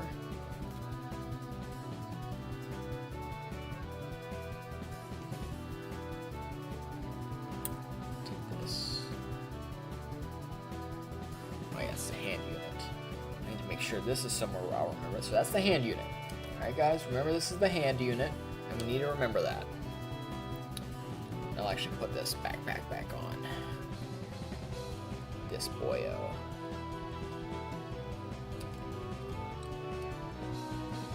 Put that on. I may end up gluing the backpack. I tend not to remove backpacks if I like them as part of the kit. So with that conversation we just had, that is probably something that I would consider keeping on there permanently. This has got a lot of fiddly bits, so like all these missile pods, I would probably keep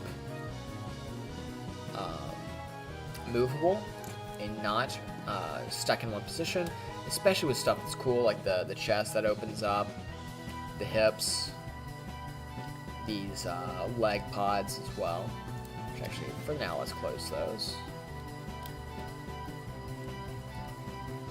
Close that. It's a fairly good kit too. I don't know if there's a really good kit as far as the hips go, as far as security. These are just peg joints. Honestly, I would like to see ball joints that kind of slot in and kind of click into a hip joint. I can't remember if any of the kits that I've done have those, but that is something that I would like to see if I haven't already, which I don't think so, as a example doesn't, at least of the kits that I've done, jump out to me.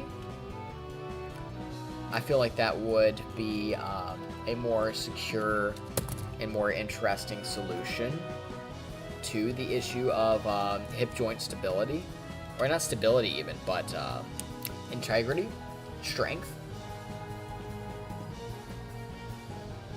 But then again, I am not a designer for these kits, so I could be talking completely out of my rear end as well. And I'm sure there are a lot of more veteran builders out there who might have a more informed opinion based off of their observations for a lot more kits.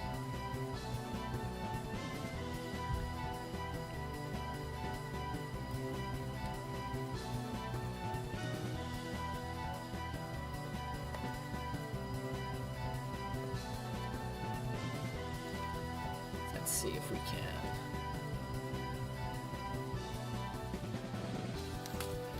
Let's see if we can kind of finagle this so we can get it a little bit together. Have this up.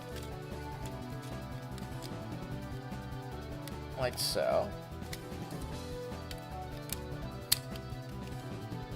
Now up like this.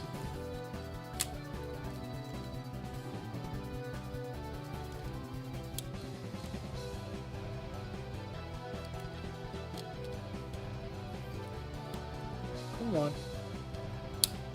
I just was able to snap it together. Help me out here, boss. There we go. Oh, okay. See, that's part of why I'm probably going to glue this on, because that backpack piece likes to come out.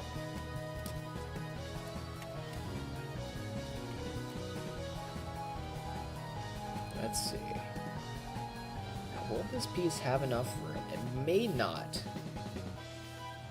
Let's look. XA10.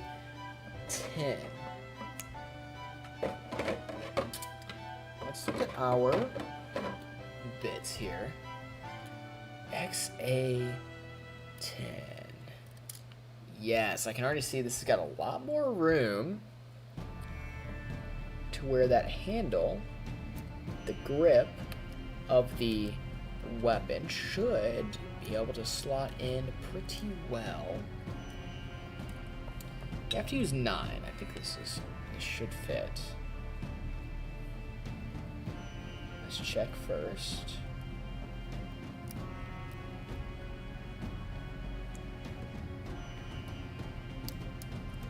No, you might have to use 9. Because any good kit should give you multiples of each hand for each side, if you want to pose things differently. That's something I would recommend you look for in a kit.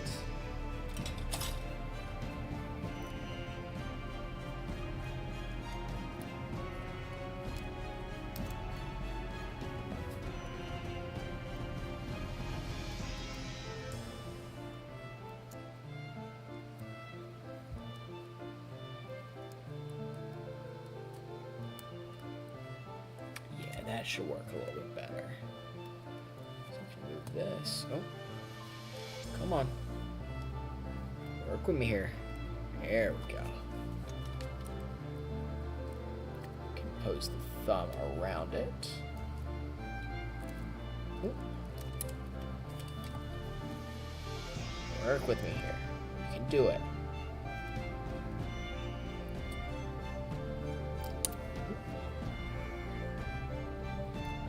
Probably not going to, and this is just me talking, it's not something that you've got to do by any stretch, but I know I'm going to have this Gatling cannon on here as a permanent fixture of the kit. So what I might do is I might glue this bit into it so it's a more permanent fixture.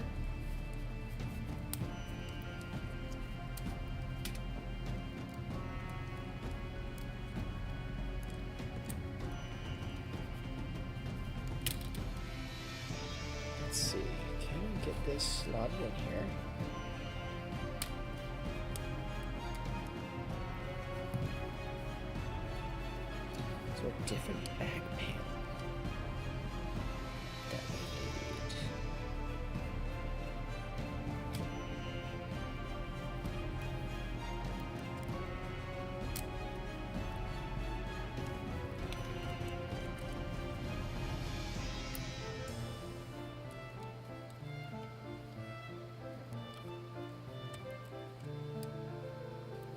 Maybe. Was it actually? No, it shouldn't be. It should be 9. Let's see. If all else fails, I can glue it, but I'd prefer not to at the moment.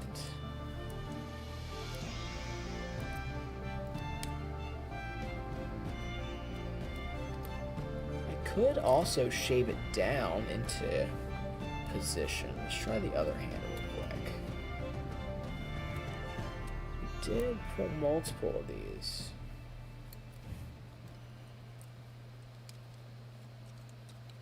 Like I've said before, I am a fan of gluing kits, but I'm not a fan of being overzealous about gluing your kits.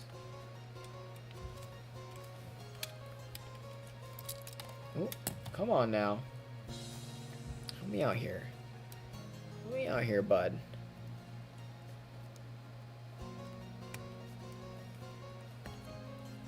Let's see.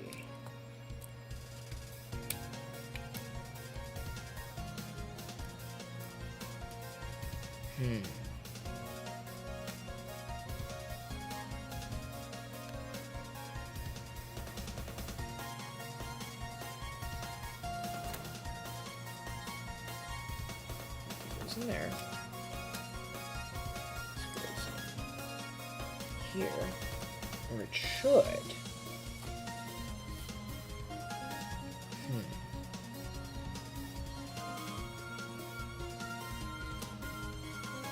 Oh, or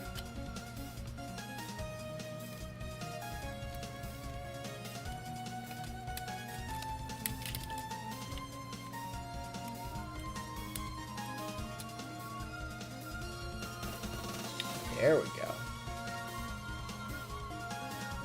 Okay, I see.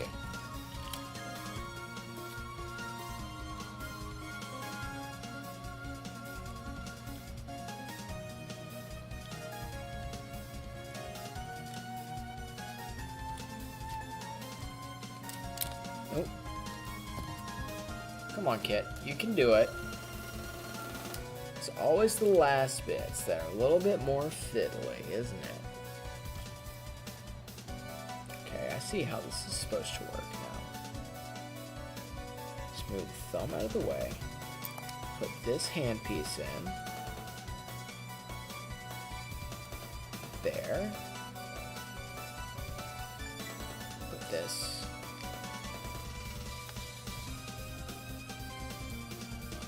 Yeah, what I'll probably do is I'll probably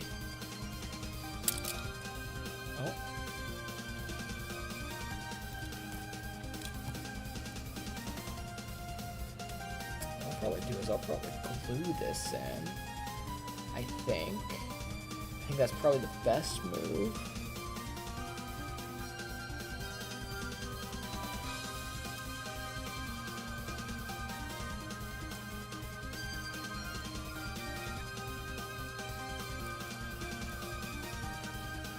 This will go into here. We'll be gluing it.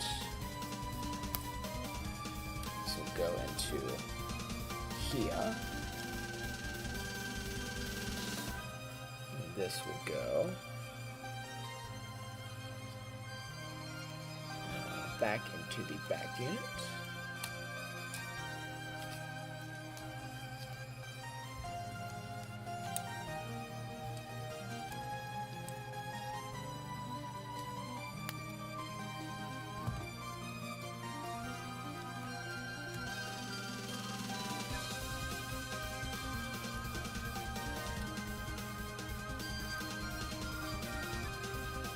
Come on.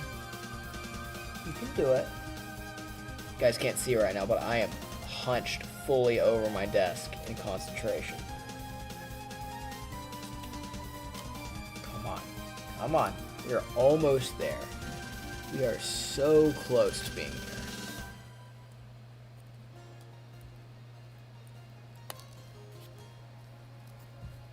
We're so close.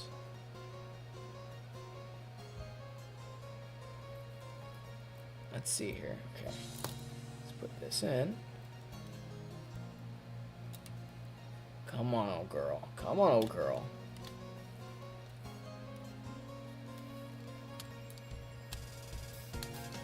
Put that there.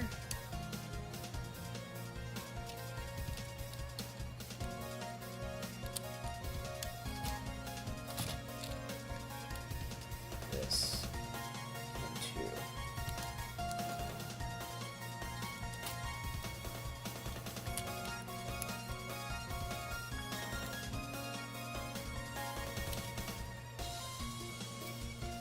what we may do is we may put this up as display, which I think I should be able to put this in here. So I don't want to drag on too long. Bury the lead, as it were. Put the knife back on.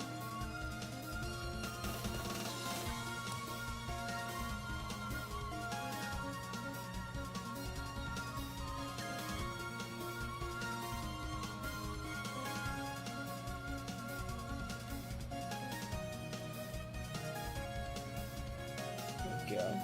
Do that. Come on, love.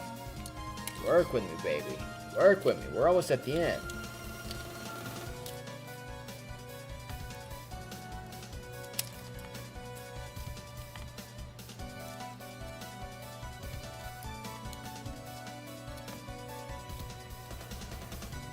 There we go.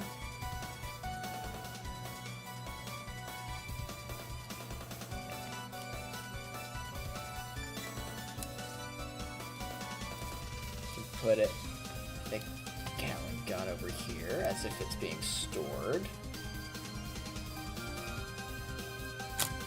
Ooh, come on. Get me out here.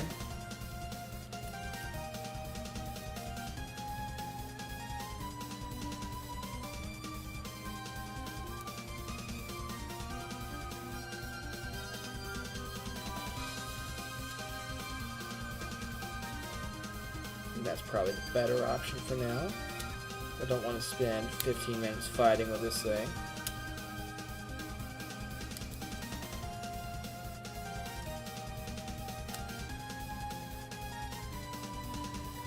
Oh, shoot, dropped it.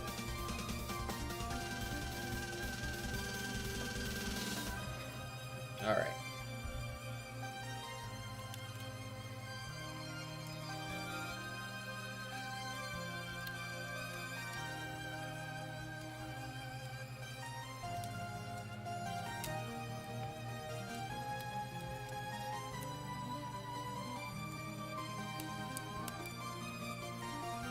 Go. Oh, come on. Let's see. Here we go. That slots in like so. This should slot in somewhere.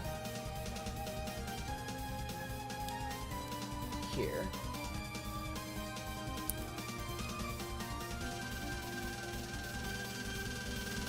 Oh dear.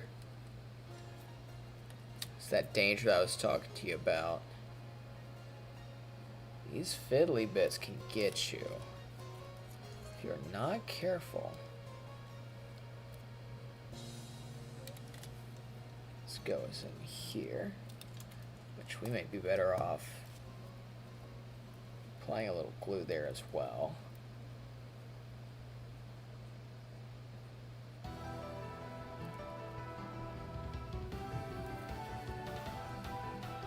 So what we're gonna do, I think that how we're gonna end this. And I'll put a Twitter post up for you guys of it when it's fully done. Fully done as in assembled, but we've got all the kit together.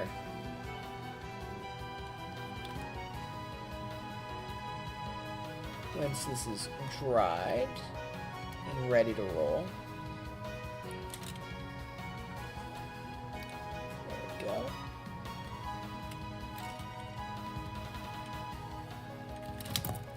Come on.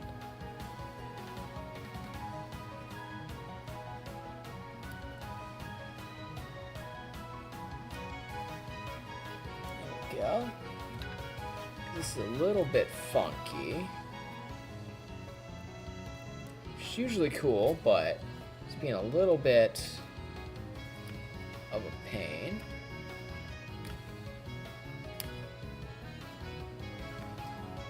Take a little bit off of that. Take a little bit off of that.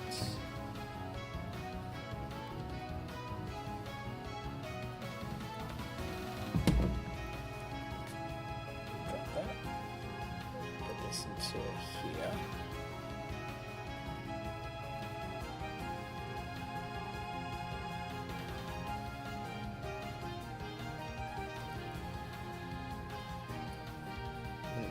A little bit more onto this.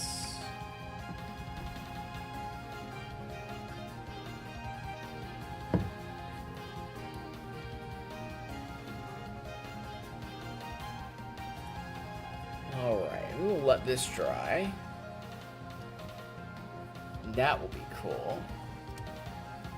But in the meantime, we have got our main assembly all together. And I'm really looking forward to how this is going to look. So be on the lookout. If you don't know, I've got the channel's Twitter, which I will put a posed version of this up. We may revisit this kit at some point to repaint it. Check this out. So this is, let's make sure this is all closed because it does transform, which is pretty cool. So here it is, enclosed form, right? Then we open up the chest here. Open up the chest here, which reveals it's got 2 chain guns in its chest. This then opens up like so to reveal a hilarious amount of missiles. Here, and that hinge, there we go. Even in the waist.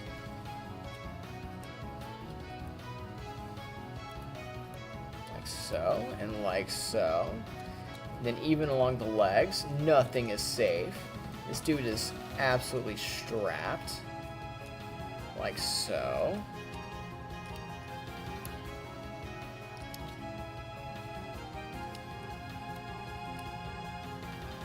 There you go. Here it is, all opened up. And then it's going to have the minigun. It's got the freaking Bowie knife on the wrist.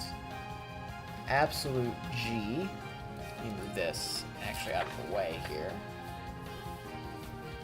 For now. Look at that. This dude is absolutely ready for anything that can be thrown at him. Look at that guy. Like I said, I will, once the glue dries on the old Gatling cannon, I will get that on him and get the backpack on him and get that glued on as well. And then I will put a picture up of him of that.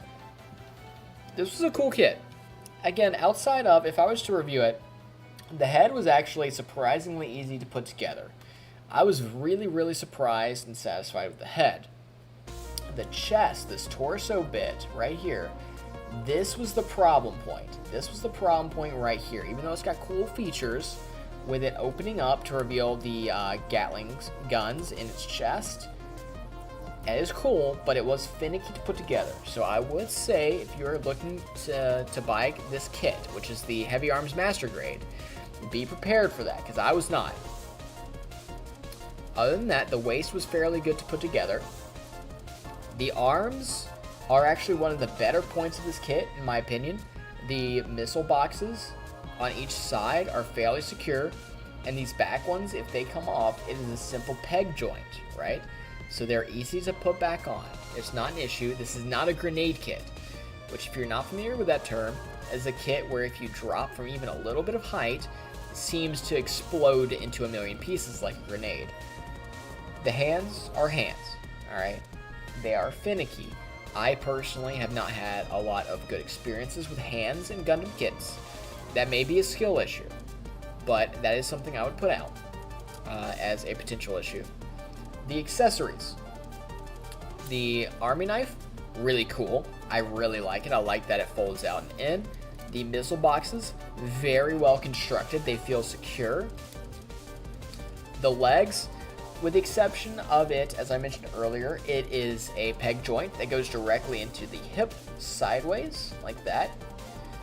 I would like a ball joint, but that is a personal preference thing, largely. I do think if it was a ball joint, it would be more secure, and is something I would like to see on master grade kits. Let's see, what else? Arms come together pretty well, head comes together pretty well. It really is just the chest that's the sticking point to me, even though it is cool. The other thing, the Gatling cannon, it is, because it is belt fed, so you have that flexible bit for the ammo belt. That is a bit funky, and I am gluing that. I want to make that very clear. The kit itself, the instructions, do not call for glue. I am doing that myself because I do not like how what is the word I'm looking for? How unstable it is as far as the connection points.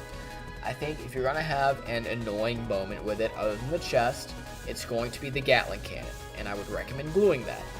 Like I said, once that is dried and squared away, I will put a picture of that up on the Twitter. So be looking forward to that. Overall, if I were to give this a score rating personally, I would say it's like a 7.5 or an 8 out of 10. For a master grade. I'm not including any other grades. I'm not counting perfect grades. I'm not counting high grades, which are ironically the lowest grade. I'm not counting real grades. This is just out of master grades.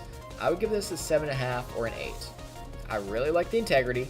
I really like the features of it. It is not a huge kit. I mean, like, here is my hand for comparison, and I'm not a huge guy. I do not have humongous hands, so it's not a humongous kit. Here's a pair of regular size snippers that you can compare it to, and of course the actual kit instructions itself. So bear that in mind if you're looking for the kit. It is substantially smaller than the Sinanju Master Grade that I have. So as far as aftermarket and customization stuff, repainting will probably be really, really easy and really, really nice. Not a whole lot of surface area. It looks like a good kit. Panel lining will probably be really, really nice.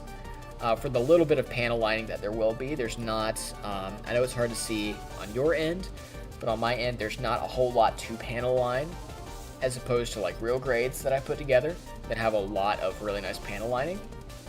Painting will be good. As far as adding like LEDs to the kit and other stuff like that, kit bashing will probably be good, but installing things and actually boring into the kit itself and altering the plastic, I would have concerns. I would recommend not using this as a base for that, unless you're really good with it already. Like, trying to add LEDs to the head unit is going to be funky. Adding it to any of the gun units or the chest, really the only thing that I would recommend is adding it to the Gatling cannon, which, let me grab that. Like this, because it is fairly big. I could see you adding some LEDs into the barrel, perhaps. Maybe you could switch out, maybe you could add or switch out an LED cord into the belt. Maybe that could look pretty cool, but even then, I would give a word of caution. So overall, I think this is a good kit. I really do. Despite my gripes with it, I think it is a great kit. It just needs a little love, you know what I mean?